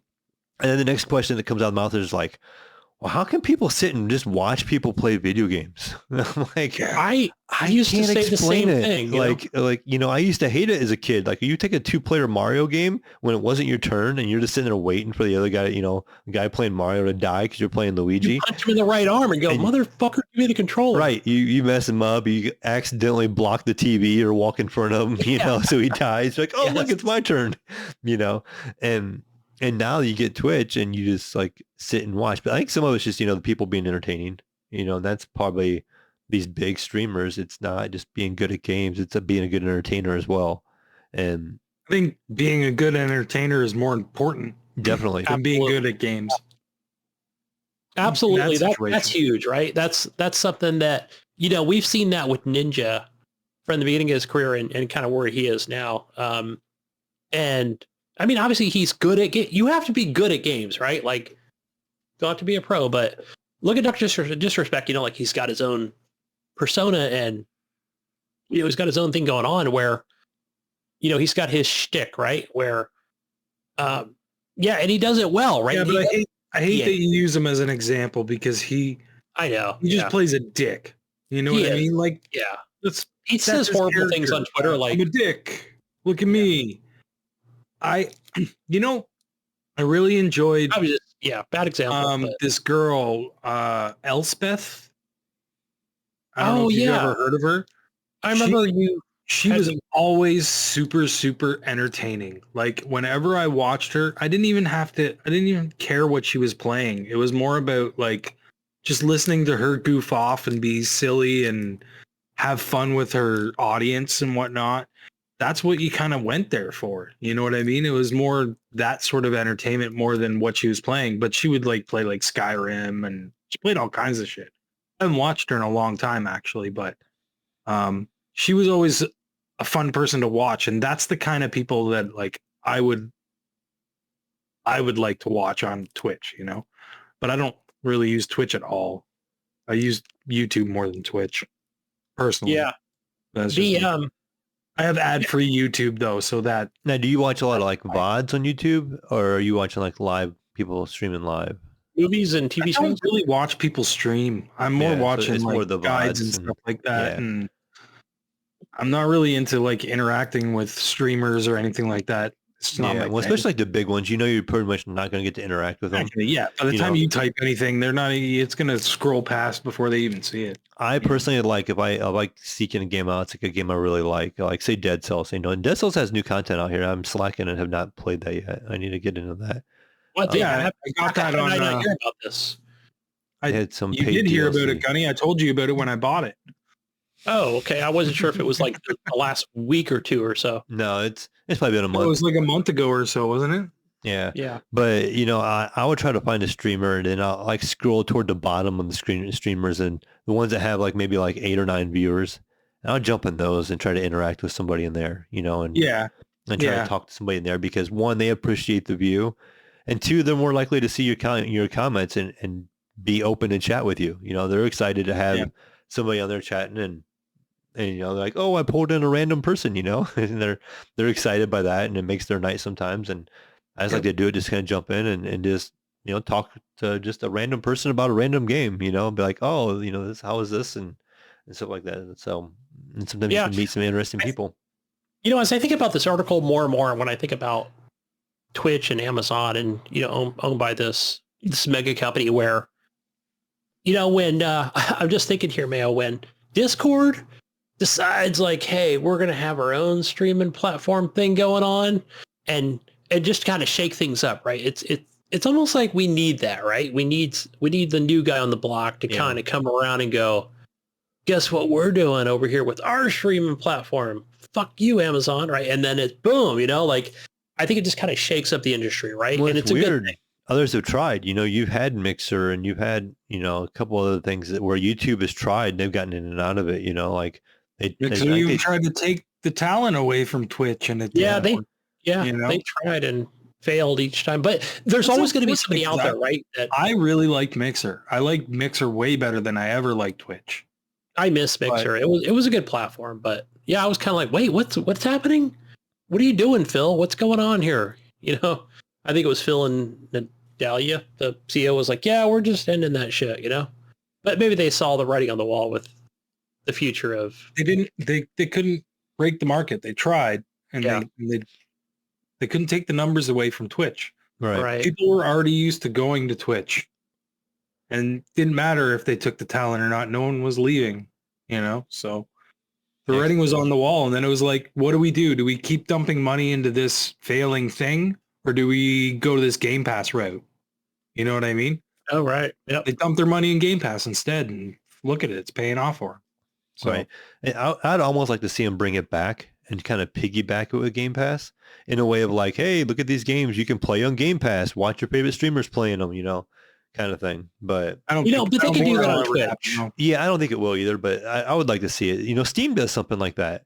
Steam is very small, but like if you go to a game, most people don't like talk about it ever, but if you click on buying a game, it'll show some kind of streamer like at the top, like you can watch somebody playing it live. I never pay any attention to those, but there's people that do it, and I could see something like that. And Xbox I was kind of thinking more like if they did bring it back, it would be more like what Stadia was saying, where they would use Mixer as like, hey, you want to remember how Stadia was supposed to like, oh, you see a streamer playing a game and you want to play with them, and you could just click on the link and you'd be get into this game. Like I could see Mixer coming back and doing something like that kind of a style of thing, where with xCloud, you know what I mean? Where it's like you can just jump into the games and blah blah blah blah and play with your favorite streamers and right. But does that even take off? You know what I mean? I don't know. Like, and I think that's Microsoft's major worry with it when they shut it down it was like, we've tried to do everything we can and there's no point anymore in trying to push this any further, So yeah, I just think it would be neat in Game Pass if you could have a video like that instead of like the video of the, like the trailer or whatever. Like if you had a live streamer like on Steam, and you can see the game being played in action, you may be more inclined to pick it up and download it and try it, because you mean using that to like advertise for the games? In a way, yeah. Like you wouldn't have to have a bunch of streamers, but they used to do that with Mixer. When you went into the Xbox store, you could scroll down and you would see the people that were streaming. I think so, maybe. That game at that point in time. Because that would be something, like Nobody Saves the World. That game I think gets passed up a lot by the album art and all that stuff. But if somebody clicks on it or whatever and sees somebody playing it, it may attract them to it, because like, oh, this game actually looks kind of neat once you see somebody playing it instead of these still shots. Still shots aren't doing any kind of justice. And even maybe the trailer might not, and I feel like maybe watching somebody stream it or somebody having a really good time. You get to actually see how the game plays. Like, okay, this is what this game is about, and you may entice more people to it because Game Pass, as good as it is, I feel like the one thing that kind of hurts it is all the choice that's in there. You know what I mean? Like I can sit there and go through Game Pass and be like, oh, this is a really good game. I really wanted to play that game. And then I still I download it and I don't ever come back to it. I jump on something else and then I jump on something else because I know it's there. And I know I can jump on it anytime. Like, oh, I'm going to jump on this game later. Where if it was on Steam or something like that, and it was like, say, $2 to buy the game, I would buy it and I would definitely play it. But if it's on Game Pass, I just know. Would you though? I think I would. Would you though? Most of the time I would download something right away on Steam and start it right away. But for some reason on my Xbox, I don't know if it's because for me, my Xbox downloads slow. I don't know why. It does on my PC. The Xbox app does. And my Xbox in the house downloads slow as well. And compared to like Steam and stuff. And so like I find myself installing a game and just walking away and coming back way later, like, oh, it might be done by now, kind of thing. Where Steam, 5 to 10 minutes max, something, maybe 100 gig game would be downloaded already. Yeah. So I feel like I would be more inclined, to jump into something, if there wasn't so many options. It's great that there's options, but sometimes I feel like it takes away. Like if I didn't have as many options, I know what you mean. You get a bit of like Game Pass-itis. Yeah. Just Cause 4, game I kept thinking I wanted to play. I saw that come to Game Pass. I was super excited to play that on PC to see how it would look, and never touched it. Well, that's the thing about, Microsoft's sort of strategy with their third-party stuff coming to Game Pass, right? Is that, because I was thinking the same thing where, it needs to be bought on the Xbox platform, right? But no, their whole thing is that they've been touting, and I know Ryan has said this before a couple times, is that, and I've seen developers talk about it too, where they're like, no, we see sales grow so much more on other platforms, like whether it's a Uplay store, a Steam store, in other places other than, the plastic box, right? That's the thing, that they're getting the more eyes on it, right? So, right. You're probably that perfect example, Mayo. It works almost as like a demo for a game. You know what I mean? Like the way demos used to, but you get the full game. You know what I mean? Like, yeah. And then you may not be buying it on Xbox, Game Pass, you might buy it on PlayStation, but still, if it leaves Game Pass or you get a discount on it. You can still purchase that game for a discount. You know, when it's going to leave, you can always remember, hey, get 20% off or whatever. Yeah. Get 20% off with code HGP20, manscaped.com. But yeah, that's probably my only thing I feel like it's negative about Game Pass is so much option. Sometimes I will neglect games I wanted to play. Yeah. Or I had a little bit of interest, but this other game really piqued my interest right now. I'm going to come back to that other one later, and I never do. Because you always want to play the shiny new. You never want to play the old. Yeah. Right. But anyways, moving on. So some nice bit of news here. 11-Bit Studios donates $850K to the Ukraine. It says, in case you've missed the global headlines, Russia recently started an unprovoked invasion in Ukraine. And it's because it caused a lot of video game companies to show support for Ukraine, either by taking Russian teams out of their games, as in EA and FIFA, or by giving money and organizations that help the Ukraine, as in this case, CD Projekt Red and the Pokemon Company. 11-Bit Studios, the Poland-based developers of the anti-war game This War of Mine and Frostpunk, were some of the first studios to step forward on the matter. Last week, 11-Bit Studios announced that all the profits made from the profits of This War of Mine and its DLCs were also given heavy price cuts, will go directly to the Ukraine Red Cross. Fuck yeah, good for them. Oh yeah, yes, that's awesome. On March 1st, nearly a week later, the team has made the following up statement that they will be donating $715,000 to the Ukraine Red Cross, a massive amount of money that was raised in the last week alone by sales of This War of Mine. However, in 1 week window closed today, as of March 3rd, 11-Bit Studios has decided to extend it until tomorrow, giving players time to get involved. I'm not sure when this article was released, so I'm assuming this is probably over. It did say an update down here. It says they raised $850,000 to donate to the Ukraine Red Cross. So awesome. And you see a lot of that. We're seeing we posted some of that stuff in Discord. I didn't put all that in the news because there's so many different ones doing it. EA has pulled I think the Russian teams out of FIFA. You see was it CD Projekt Red and a bunch of them not selling games. GOG, the store for buying games, good old games. They are not selling games in Russia. A lot of them are. Netflix. Yeah, Netflix Yeah, is there's just cutting so off their many. service. And some people are like, oh, well, what's that going to do? That doesn't. I mean, it just shows support and solidarity more than Yeah, anything. I mean, but the thing is like kind of what I was saying last week about how you're hurting all the little people. right. You know what I mean? You're hurting the little people that can't afford to get around this. Right. The rich billionaires that are the ones that are pushing the whole problem are the ones that'll have like a VPN that they can get around it and watch Netflix if they want to. It's not that big of a deal, to them. And I think it's just more of And a statement. that's part of the problem, right? And, You're just hurting civilization in general. But like you said, they're standing for something. They're trying to prove a point, and hopefully you get those people so angry that they start to fight their own government. You know what I Yes. mean? Like, it just sucks that it's really going to hurt a lot of people. Like, not so much the Netflix thing, more, a lot of other things that are going on that are really going to hurt them a lot. But it's Their I economy like is just going to be destroyed. in this situation with like 11-bit studio where they're actually donating money. They took, instead of, we're not going to sell our games in Russia, we're going to take our profits and help Ukraine with that.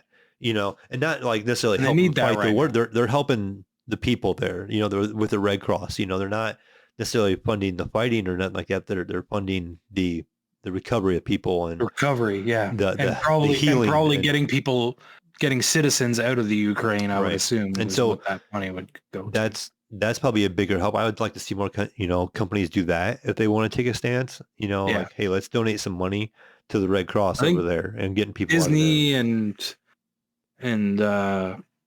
someone else too said that they were stopping their services and they're not releasing any of their movie releases out there. And yeah, it just seems like every time I turn around and I'm popping on Twitter, it just seems, the list of companies is just astonishing that are stopping business with Russia, right? It's just, the list grows. I don't think we can even list them here on the show, the number of companies that are no longer doing business with Russia. It's amazing. And I can't even fathom it, but because of the what Putin is doing to Ukraine is just awful. But so kudos to everybody out there and everybody's donating to Red Cross and helping the Ukrainians out, man. It's great. Definitely. So, what else we got, Mayo? All right, moving on. Epic Games acquires Bandcamp. It says, we're living in a year of acquisitions. Microsoft is in the process of buying Activision Blizzard. Sony scooped up Bungie. Take-Two acquired, was it Zynga? Is that how you pronounce it? Zynga. And now Epic Games has purchased Bandcamp. One time at Bandcamp? Right, there you go. It says, yes, the music storefront streaming platform is now under the umbrella of the maker of Fortnite and the Unreal Engine. It says, why? Anyone's guess. The move doesn't really harden the publisher's purchase of Rock Band or Fuse Development Harmonix. Last November with the intent of creating more music-infused content for Fortnite, but it does feel like that Bandcamp will figure into these plans in an obvious way, but stranger things have happened. Yeah, I feel like they've been making a lot of musical moves lately. Mm-hmm. So I think that they have something up their sleeves. And didn't Bandcamp recently, within the last 6 months, acquire Harmonix, or am I wrong? No, Epic bought Harmonix. Oh, so so now they have Bandcamp as well, just recently. All yeah. right. And a lot of their moves have been like musically oriented recently. Even like the Fortnite doing the concerts in Fortnite and stuff. And it seemed like, didn't they buy something else too that was, I can't remember. There's something a little while ago. Yeah, I don't know. But it is weird though, right? You think about it, something more music based, but the CEO of Bandcamp over there, he is saying that he's promising things will essentially remain the same over at Bandcamp, and that Epic will help expand Bandcamp's features and availability while allowing them to continue proper compensation to the music artists, many of whom are independent. So Yeah, basically, and that's what funding. Bandcamp is. If you don't know, Bandcamp is somewhere where, hey, we could make music. We could all start a band and make music, and we could publish our music to Bandcamp, and people could buy it and purchase it from there. And Bandcamp doesn't really take a super cut of the purchases. I think it's a very small amount that Bandcamp actually takes, and the artist gets most of the money for whatever they sell. I want to say it was around the same percent that the Epic Store takes. I remember thinking that was kind of ironic. 12% or something? It was like 12 or 15%. Yeah. So, because that kind of jumped out of my mind. I was like, oh, that's kind of ironic that they kind of take about the same kind of percentage. Yeah, same cut. Yeah. But yeah, so it's getting an Hopefully interesting move. Kind of same because kind of out of left field. But I think people are making more out of some of these acquisitions than what, they are. This is probably just Epic. Maybe they have something planned. Maybe they're just backing this company. It's who knows? It could be something minor. Well, I mean, it could be something as easy as, hey, we want to put more music in Fortnite, but maybe we'll find all these indie bands, because we own this Bandcamp thing, and we can, support these indie groups and make more money and, help them out. I don't know. Bringing music into Fortnite. Yeah. Well, that's the thing too. They were the first to bring concerts really into Fortnite. They were bringing those big concerts, and I weren't heard the first, but they were the ones that made it popular. And like I think it was on some premium content on VGO. They talk about the metaverse and kind of how that was a good example of like bringing people in for a concert, in the game. And it's kind of like their own version of their little metaverse, and maybe their own metaverse. Yeah. Maybe they have something planned like that. Maybe some music related stuff. I don't know, but it's just interesting to hear. This is like they said the time of acquisitions and taking people buying over other companies and smaller companies, or either investing in them or planning on doing something with them. But we'll find out. Time will tell. Moving on, the new Steam Deck orders will not ship until at least October. So if you have not pre-ordered a Steam Deck already and you are a new order of a Steam Deck, you're looking at probably October before you'll get one shipped. I did think it was kind of interesting, not necessarily talking about not getting one until October. Did you see any of the footage where Gabe was actually hand delivering some? No. I'm pretty sure it's on YouTube. It was actually kind of funny because I think I heard about it, but I haven't seen it. Gabe is not a small guy, right? And he has this like beard, and he has this face mask on that just kind of covers this little corner of his beard, right? And he was hand delivering these out of an Amazon truck or like a UPS truck or something like that. And some of the people like right away would recognize. They're like, "Hey, you're Gabe," and he had signed them. He had autographed them and everything. And like one, he's like, "Oh, I hope you don't mind that I signed it." And the person was kind of like, they didn't really realize who Gabe was. He's like the president of Steam, And then the other ones are like right away, they're like, "Oh yeah, you're Gabe. This is really cool." But they weren't like super excited. And then other ones, like he would go to the door, people would be like, "Okay, thank you." And Gabe would just kind of stand there. And they were like, "Do you need anything else more?" And he'd be like, "Yeah, I'm Gabe, I'm like the president of Steam kind of thing, And they were like, "Oh, what would you do, Mayo? What would you do? Would you just like scream like a schoolgirl?" No. If Gabe showed up at your place? I think it would be cool. I mean, I wouldn't scream like a little schoolgirl. I don't get excited like that. So, but they'll be like, "Oh my God, it's Gabe Newell. My fucking God is here." In all honesty, it looked like it was like a hot day wherever he was doing that. Yeah. He looked like he was sweating a little bit. I'd probably offer him a drink, offer him inside. Like, "Hey, would you wipe him down from the sweat?" Yeah, he would. You're like, "Hey, why don't you come in and show me how this Steam Deck thing works?" Right. Sit on my couch here. He'd tell you how to download their new game. He'd be like, "Download the new game."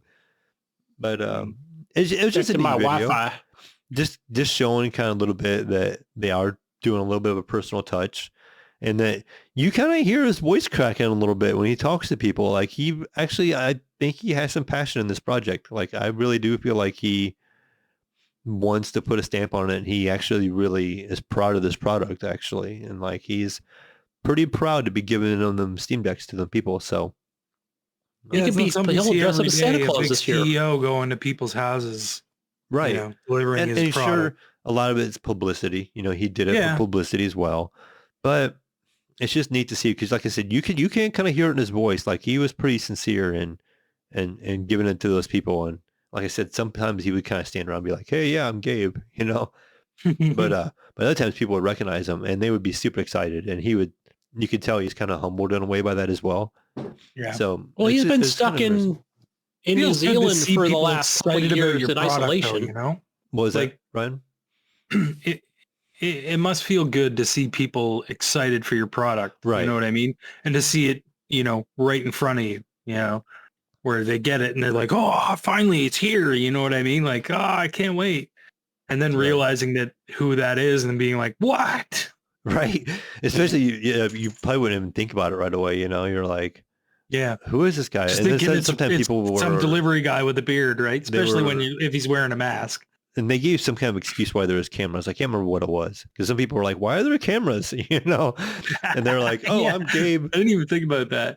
But there's a YouTube video out there. I watch it. It's not real long, but it was kind of neat. Like it was actually kind of you could, like I said, you could tell the pride in it. Like he had some investment into it more than just making money. Like you really kind of could see it. So. So what tier is this, Mayo? What is this like? Is this like the first tier kind of wave of deliveries, and then? Yeah, it was the first so many Steam Decks. It was like so many of them. They were in, I think it was the Seattle area. I think is where he was delivering them, and so I don't know if he's, and I don't know where they're based out of where their main places here in U.S. I don't know. Is it Minnesota? I know. I can't remember now. I think it was the Seattle area. From what I took from the video, but I think it was just random. I think he just randomly, like some lucky people that got their hands on one early, he just randomly in that area was delivering, and in this little Amazon truck, and just showing up. Throw your fucking Switch away. Take this Steam Deck right here, pal. This thing works. Right, and can't play Destiny 2 on it, but everything else you can. Good luck. I think it's a little soon, but I did see some articles talking about how they're already working on a Steam Deck 2. I don't know if that's the greatest news to be putting out there, because you're like, oh, I just bought the Steam Deck 1 and they're already working on it 2, But, well, if you think about it, every company does that. As soon as you release a product, you're kind of working on the next one, thinking about what you're going to do. It's the same way with games. As soon as they release a game, they're already on to the next project, before we know it. But I think they just kind of announced it out there. They're like, oh, look, we're working on a version 2, Got to boost stock, right? I even saw like the PS5 Slim. I don't know. Is that part of a news article that we have? But it even looked like an Xbox One S or whatever, just had that look to it. But either way, I don't know where I saw it. Could have been fake news. There's no PlayStation 5 Slim coming out. In other news, Gunny, some of you guys. Wait. Oh, okay. What's WA? Washington? Yeah. Yes. So Seattle, right? Yeah. Bellevue, Washington's where Steam headquarters is. That makes sense then, yeah. Interesting. Sorry. Yeah. For Sony and Microsoft. You mentioned that and I was like, it was killing me. Redmond I really don't know where their headquarters is. I didn't either. Like I know Microsoft, I know Sony, you know what I mean? Like I know all, and it's like, I don't know what the head office of Steam is. There you go. Bellevue, Washington. Awesome. Moving on, Ryan, have you ever found a mysterious, inaccessible Elden Ring building? It's explored in and out of bounds video. I guess I haven't. Please tell me more. The Elden Ring map has countless points of interest, which most rewards players with an item, a boss fight or something more surprising. But there's one large structure in the northeast of the game's starting area, Limgrave, that seems completely inaccessible. It says if you've seen it, you've probably spent about half an hour unsuccessfully trying to get inside. The building in question is a huge Colosseum-like building with ghostly fellow mopping around out front. It says because all I wanted to was fight these ghostly fellows. And it says you can interact with them, and it says to fight as a warrior at last. So why, oh guidance of grace, will this door not open? Well, it said, here's a theory. It said the theory is it's a Coliseum for a forthcoming PvP-oriented DLC. A couple of people, thanks to famed Soulsborne data miner Lance McDonald, we now have footage of the inside of the building. It is a current build in Elden Ring, and while it's clearly unfinished, there's enough there to pretty much confirm it's a fighting arena, which obviously it's a Coliseum. What else would it be, right? And That's the what it looks like. NPC's dialogue also strengthens that theory. And then there's a link to video, some footage. This is on YouTube. It says it wouldn't be unprecedented for this to be a post-launch PvP area. All three Dark Souls games have purpose-built areas for online scraps in the months after launch. So it sounds like you guys are eventually going to have access to a PvP arena. And not only that, but I can definitely see where you can just drop in a boss, right? Drop in any boss and go at it, right? So whether it's PvE or PvP, yeah, but that could be a thing for sure. Man, I think what would be really cool, instead of just having this like, because I'm just thinking like, oh, like almost like a one-on-one, or or you and a friend taking on a boss, but just fucking just have at it, right? Just you and four friends on a boss, or just you versus one boss, and yeah, the possibilities are endless with this arena. Definitely. From Software, I think they're going to do it this time. But yeah, I think it'll be different Colosseums, and but I think that area in the map is where it's going to happen at. So you can just fast travel there and go fight some bosses and fight some real players, which you can do in this game. Other people can just join your game randomly and fuck you up, kill you. Yeah, it happens. Yeah. Yeah, just like bears falling from the sky, right, Ryan? You might as Drop well have a player drop in and kill you random. too, right? Random attacks. So. All right, moving on. Last big news I got here is Assassin's Creed Valhalla, Dawn of Ragnarok. Everything you need to know. The latest from Ubisoft, Dawn of Ragnarok, and Assassin's Creed Valhalla's third major piece of story DLC. However, unlike the Siege of Paris or the Wrath of Druids, this features a longer story and new gameplay mechanics. And it continues on to say, it says, here's everything you need to know about the Assassin's Creed Valhalla, Dawn of Ragnarok. Trying to think here. I don't see a whole lot more on this link, Gunny. Okay, I wasn't sure if it was the same thing, but it just talks about that 35-hour adventure.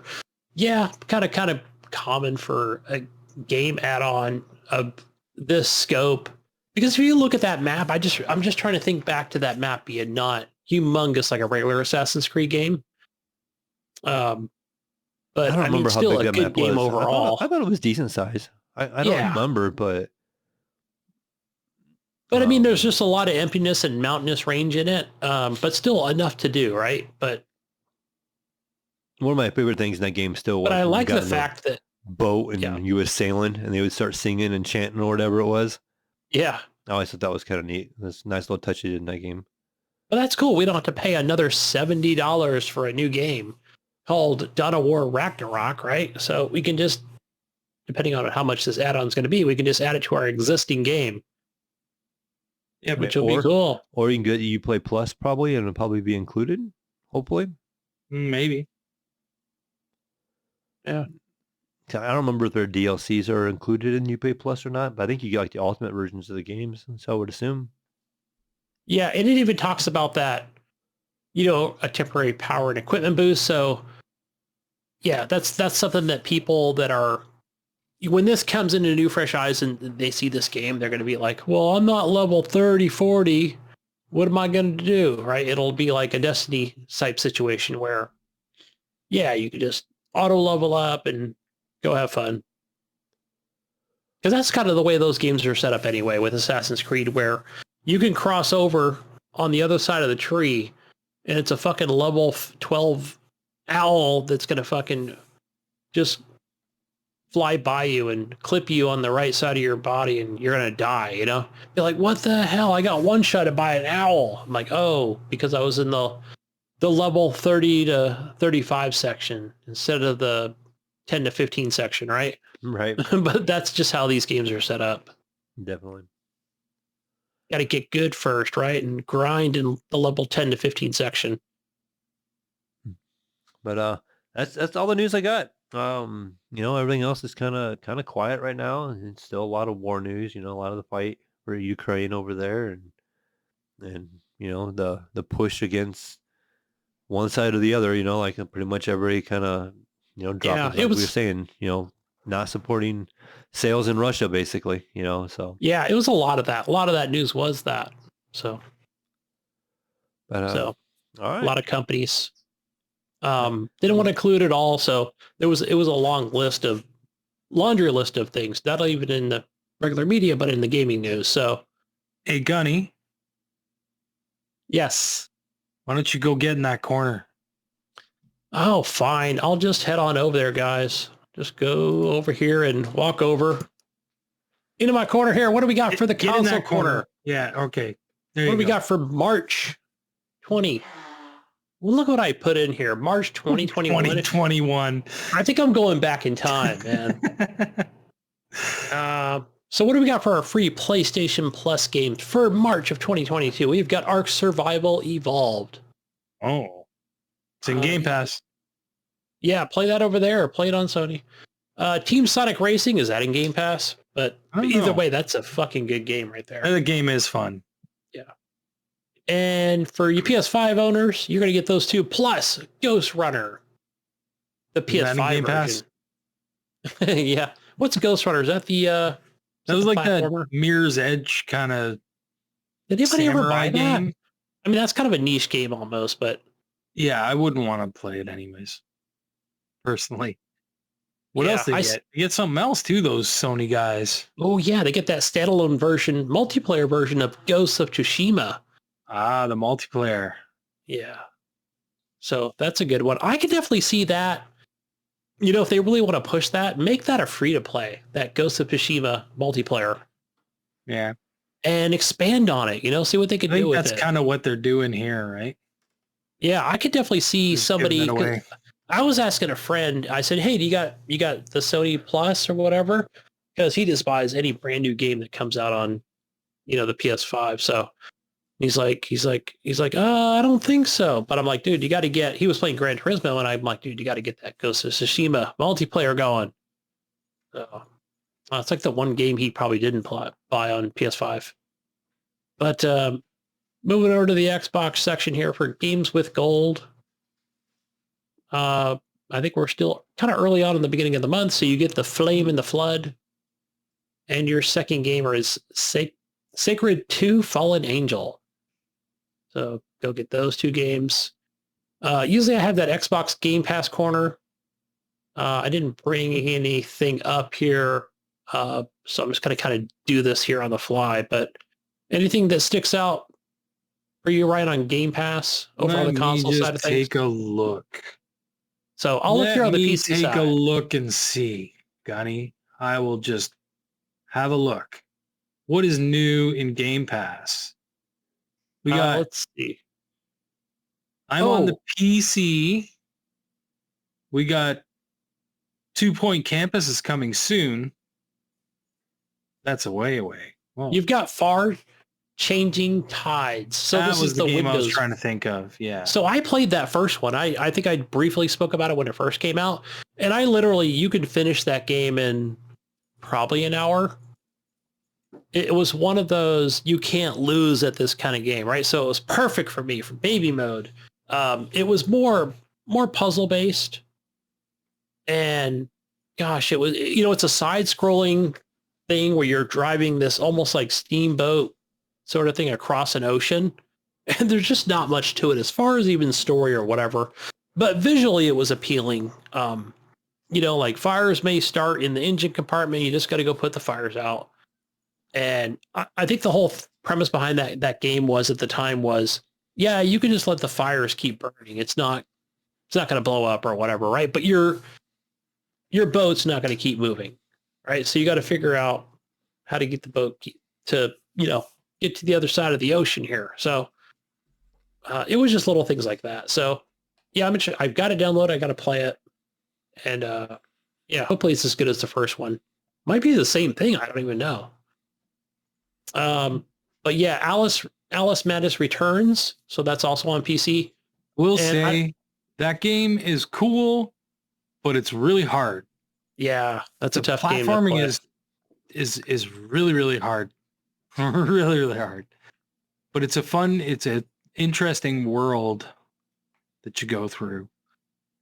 It's very creepy. And then the other game is Final Fantasy Lightning Returns. Interesting. So that is 21 gigs. Yeah, that's it says here direct end users run June 2010. So is this just something that just came to Xbox? Which Final Fantasy Lightning Returns? I mean, it's not a new game, right? No. It's an old game. Been on Xbox for a while. Yeah. Interesting. And yeah, Dragon Ball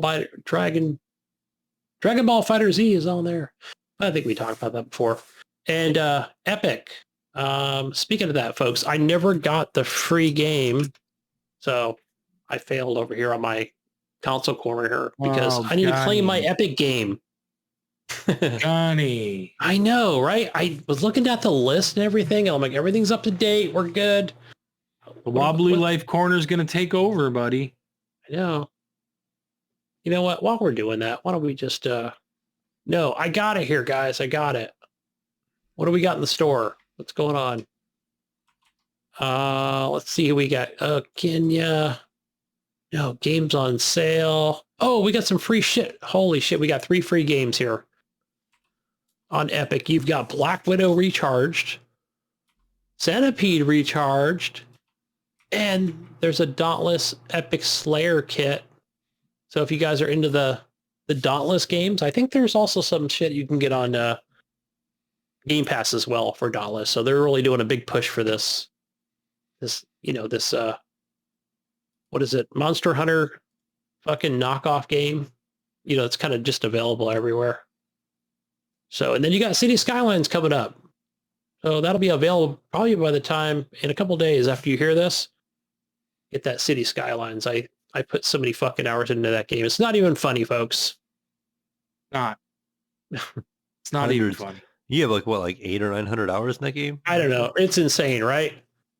So, yeah. I've only got 600 hours into Satisfactory. Yeah. Yeah, that's a lot of staring at the title screen, Gunny. I know. Satisfactory is a little bit different for me, right? Where that thing can be crafting overnight. Some things fill up and some things will just keep going and going. But yeah, that definitely feeds my need for crafting games over there. So, but let's move on over to the questions we've got here from on Facebook, and you can also ask us those on Discord as well and Twitter. But first one comes from Brian Tulp Jr. And he asks, if you were going through a gaming drought and thought if this game came out today, it would get me off the couch to go buy it and play it day one, no questions asked. Oh, is there any game out there, guys, that you would just you'd have to and like he said, let's just say it's a physical copy, right? Where you have to go get the game first.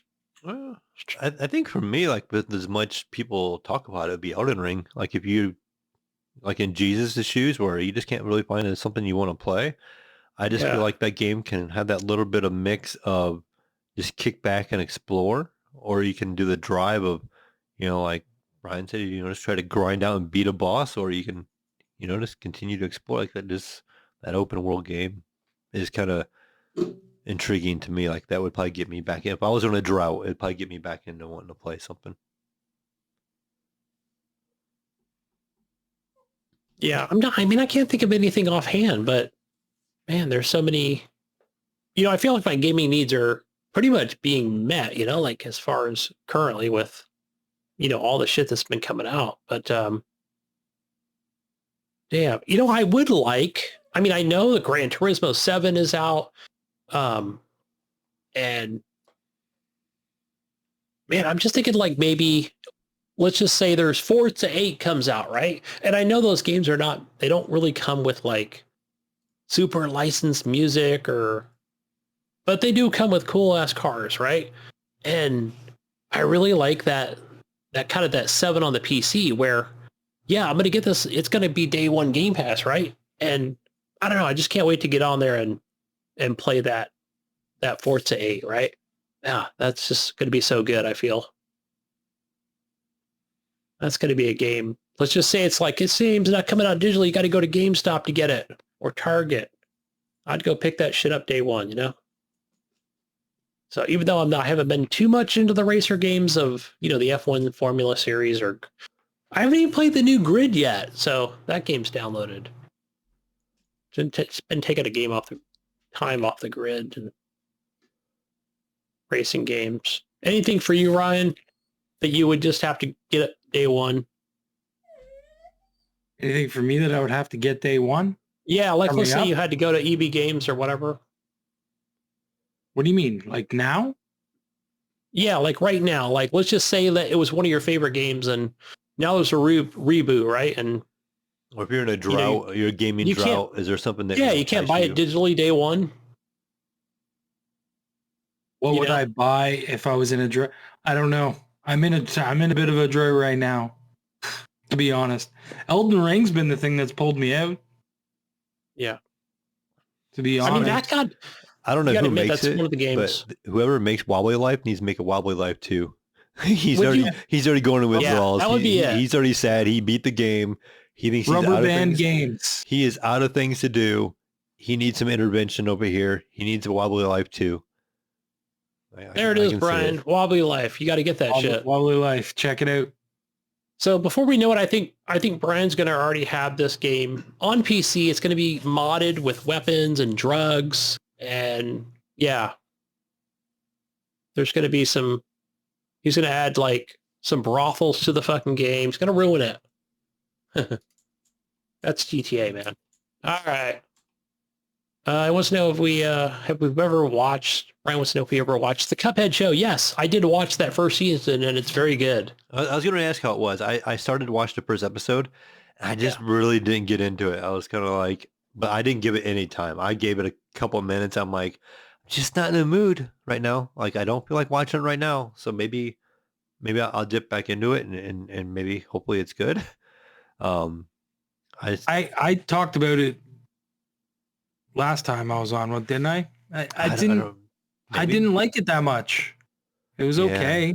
I mean, the art style looked pretty cool, but I just was like, I don't know if I really want to. Maybe I had to be in the mood for it. I don't know, but to me, it was a quick no after about maybe 5 minutes in or something like that. But again, like I said, maybe I just wasn't in the mood to watch, that kind of movie, that show. I don't know. I'll try and give it another shot and see what happens. I always have some time I can turn on TV in the background or whatever and try to pay some attention to it, But I usually don't watch a lot of TV. But being video game related, I may try to give it a shot.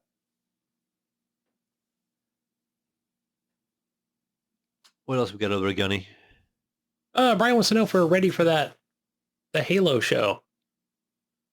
Yeah. The Halo TV show? Yeah. I don't know. It looks cool. It looks all right. We'll see what happens. I'm excited for it. Yeah, I love my sci-fi and TV shows, but I'll definitely. I already have. I use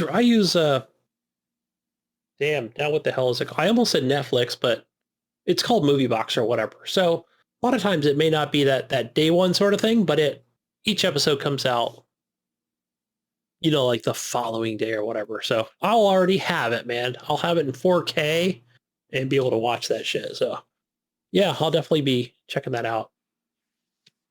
So, and yeah, I was reading some articles like over the last couple of days about, there's like another lead that left 343 Studios, and I'm like, people are leaving studios all the time, but it's just funny that people just want to hate. But I don't sit there and say, Sony Santa Monica lost the guy that pours the coffee. You know what I mean? Like, gosh, there's just so much of that, Right. that back and forth stuff. It's just so silly, right?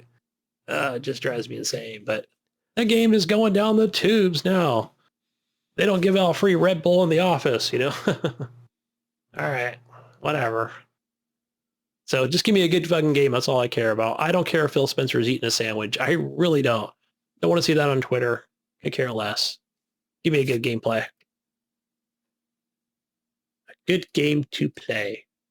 Right, guys? Right. That's right. So, yeah, but that's all we have. Oh, anything else? No, I think that's all we have. That last question, though, he also wanted to ask what game needs a show.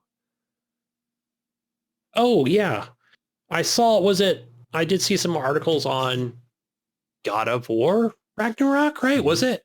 And I think we had that was more speculation, but now it's coming out to be something more. But is there anything else besides that, guys? What game needs a show? First thing that jumps in my mind, and no surprise, is Apex might have an interesting show. They've done it with Dota. They have, if you go to their YouTube channel, they have these animated videos that kind of tell a story, and their seasons are telling little stories about this and that part. And they have these animated shorts, and they're actually really done well. And they're a couple minutes long, but they're pretty neat. Like I haven't watched them all in order or nothing like that. I've only seen a couple of them, but they were really well put together. I really actually enjoyed the ones I did watch, and it seemed like they've done a nice job with them. So I think they could make some kind of neat story with Apex and those characters. But again, it had to be like it's like a one-time series, like one season or something like that, because it'd be hard to keep going on with some kind of plot in that game. Yeah, and I know Arcane. Even my son asked me today, like, "Did you watch Arcane yet?" I'm like, dude, I told you about that show like a month ago. But right. I mean, I haven't watched it. I've just seen the trailer a couple times, and I hear that one's just done extremely well. Yeah. So that's League of Legends. And even if you're not into League of Legends, it's definitely worth a watch. So. Anything for you, and Ryan? I heard they took their time with that. I want them to make a Wobbly Life show. You with your fucking Wobbly Life. God damn it. All right. Fuck. Can you guys see the picture in the notes? I want a Forza 8 show. I want car number 1 to race car number 2. Going to be one Lamborghini racing a Porsche. I don't know. That's I need to get my practice in, Gunny. I was telling you before the show, I got invited to go down to run a thing in Ohio called the Triple Nickel with a Camaro and a bunch of car guys. A bunch of Camaros and Corvettes are all getting together. So it sounds like there's going to be about 20 of us. And it's a like 300-mile drive of twists and turns through some hills in the bottom of Ohio. So sounds like it'd be a good drive. So maybe I need to get some Forza going here and get some practice, find those curvy roads, and we'll see. They got twisty roads down there. Are you going to be going through some quarries? Through some rock and lime and stone? There's a little bit of baby hills down the very bottom of Ohio, kind of, because, we border like West Virginia, and it runs kind of along the Ohio River. I guess it's supposed to be really scenic. There's an area that it runs through, and I guess there's a place called the Rim of the World as well. And it's like the highest point in Ohio, and they say you can see like the skyline of Columbus from there, which is, you're actually on the bottom of Ohio, and you're a couple hours away from Columbus, but they say you can see the skyline. It's high enough where, but I'll grab some pictures, but it's like it might be a fun drive. You get a little bit of hills in a sports car, and there's windy roads, and looks like it has some straightaways. It's like a little 2-lane road. So, but it's Ohio State Route 555, and they call it the triple nickel. So it'll be fun. Interesting. We're doing that at the end of the month. Sounds Yeah. fun. If we can all can afford gas, they're gonna make a boatload of money off of gas. Yeah. You know, Yeah, you for get, sure. You get 20 Yeah, better Corvettes give me and that out Camaros. for The, fuel compensation. the gas station that we all go to is gonna love us because we're all gonna be doing premium gas. You know, like Yeah. 20 cars filling up. They'll be excited. But That'll be good. Yeah, they're gonna be like, oh, come on, thank you guys, thank you, come more often. Yeah, appreciate you. So come back again next week, guys. You could get some free donuts. But yeah, I think that's all we have for this week, gentlemen, That's it. That's ladies all. and gentlemen. Gunny, where can we find you? Yeah, go find me in the loading screen over on Xbox and Twitch and Uplay. Gamertag Gunny Chief. I do play games over on that Sony platform. HGP_Gunny. That PlayStation 4 Pro. Bro. Playing some Ghost of Tsushima. Yeah. Where do we find you, Ryan? You can find me on Xbox Live, Steam, PSN as Gib8777, Ubisoft, whatever. I'm on all of them. Same thing. And Mayo? And yeah, you're gonna find me over in the Discord. You know, it's the Mayo. You can find me on Steam. Still playing a lot of Apex and Origin, so you're gonna find me as the Mayo on there as well. I need to try I'd like to get on there and do some more streaming. I haven't done that in a while. I did stream some Ready or Not about 3 or 4 weeks ago now. Maybe I need to hop on there. I'm the Mayo01 on Twitch. Hop over there if you want to follow. Maybe I'll try and get some more streaming here going on in the coming week. And so, but besides that, what does Gidget say, Ryan? Peace out, Brussels sprouts. Catch you on the next episode of the Horrible Gamers Podcast. Bye-bye. Bye, everyone. G'day, mate.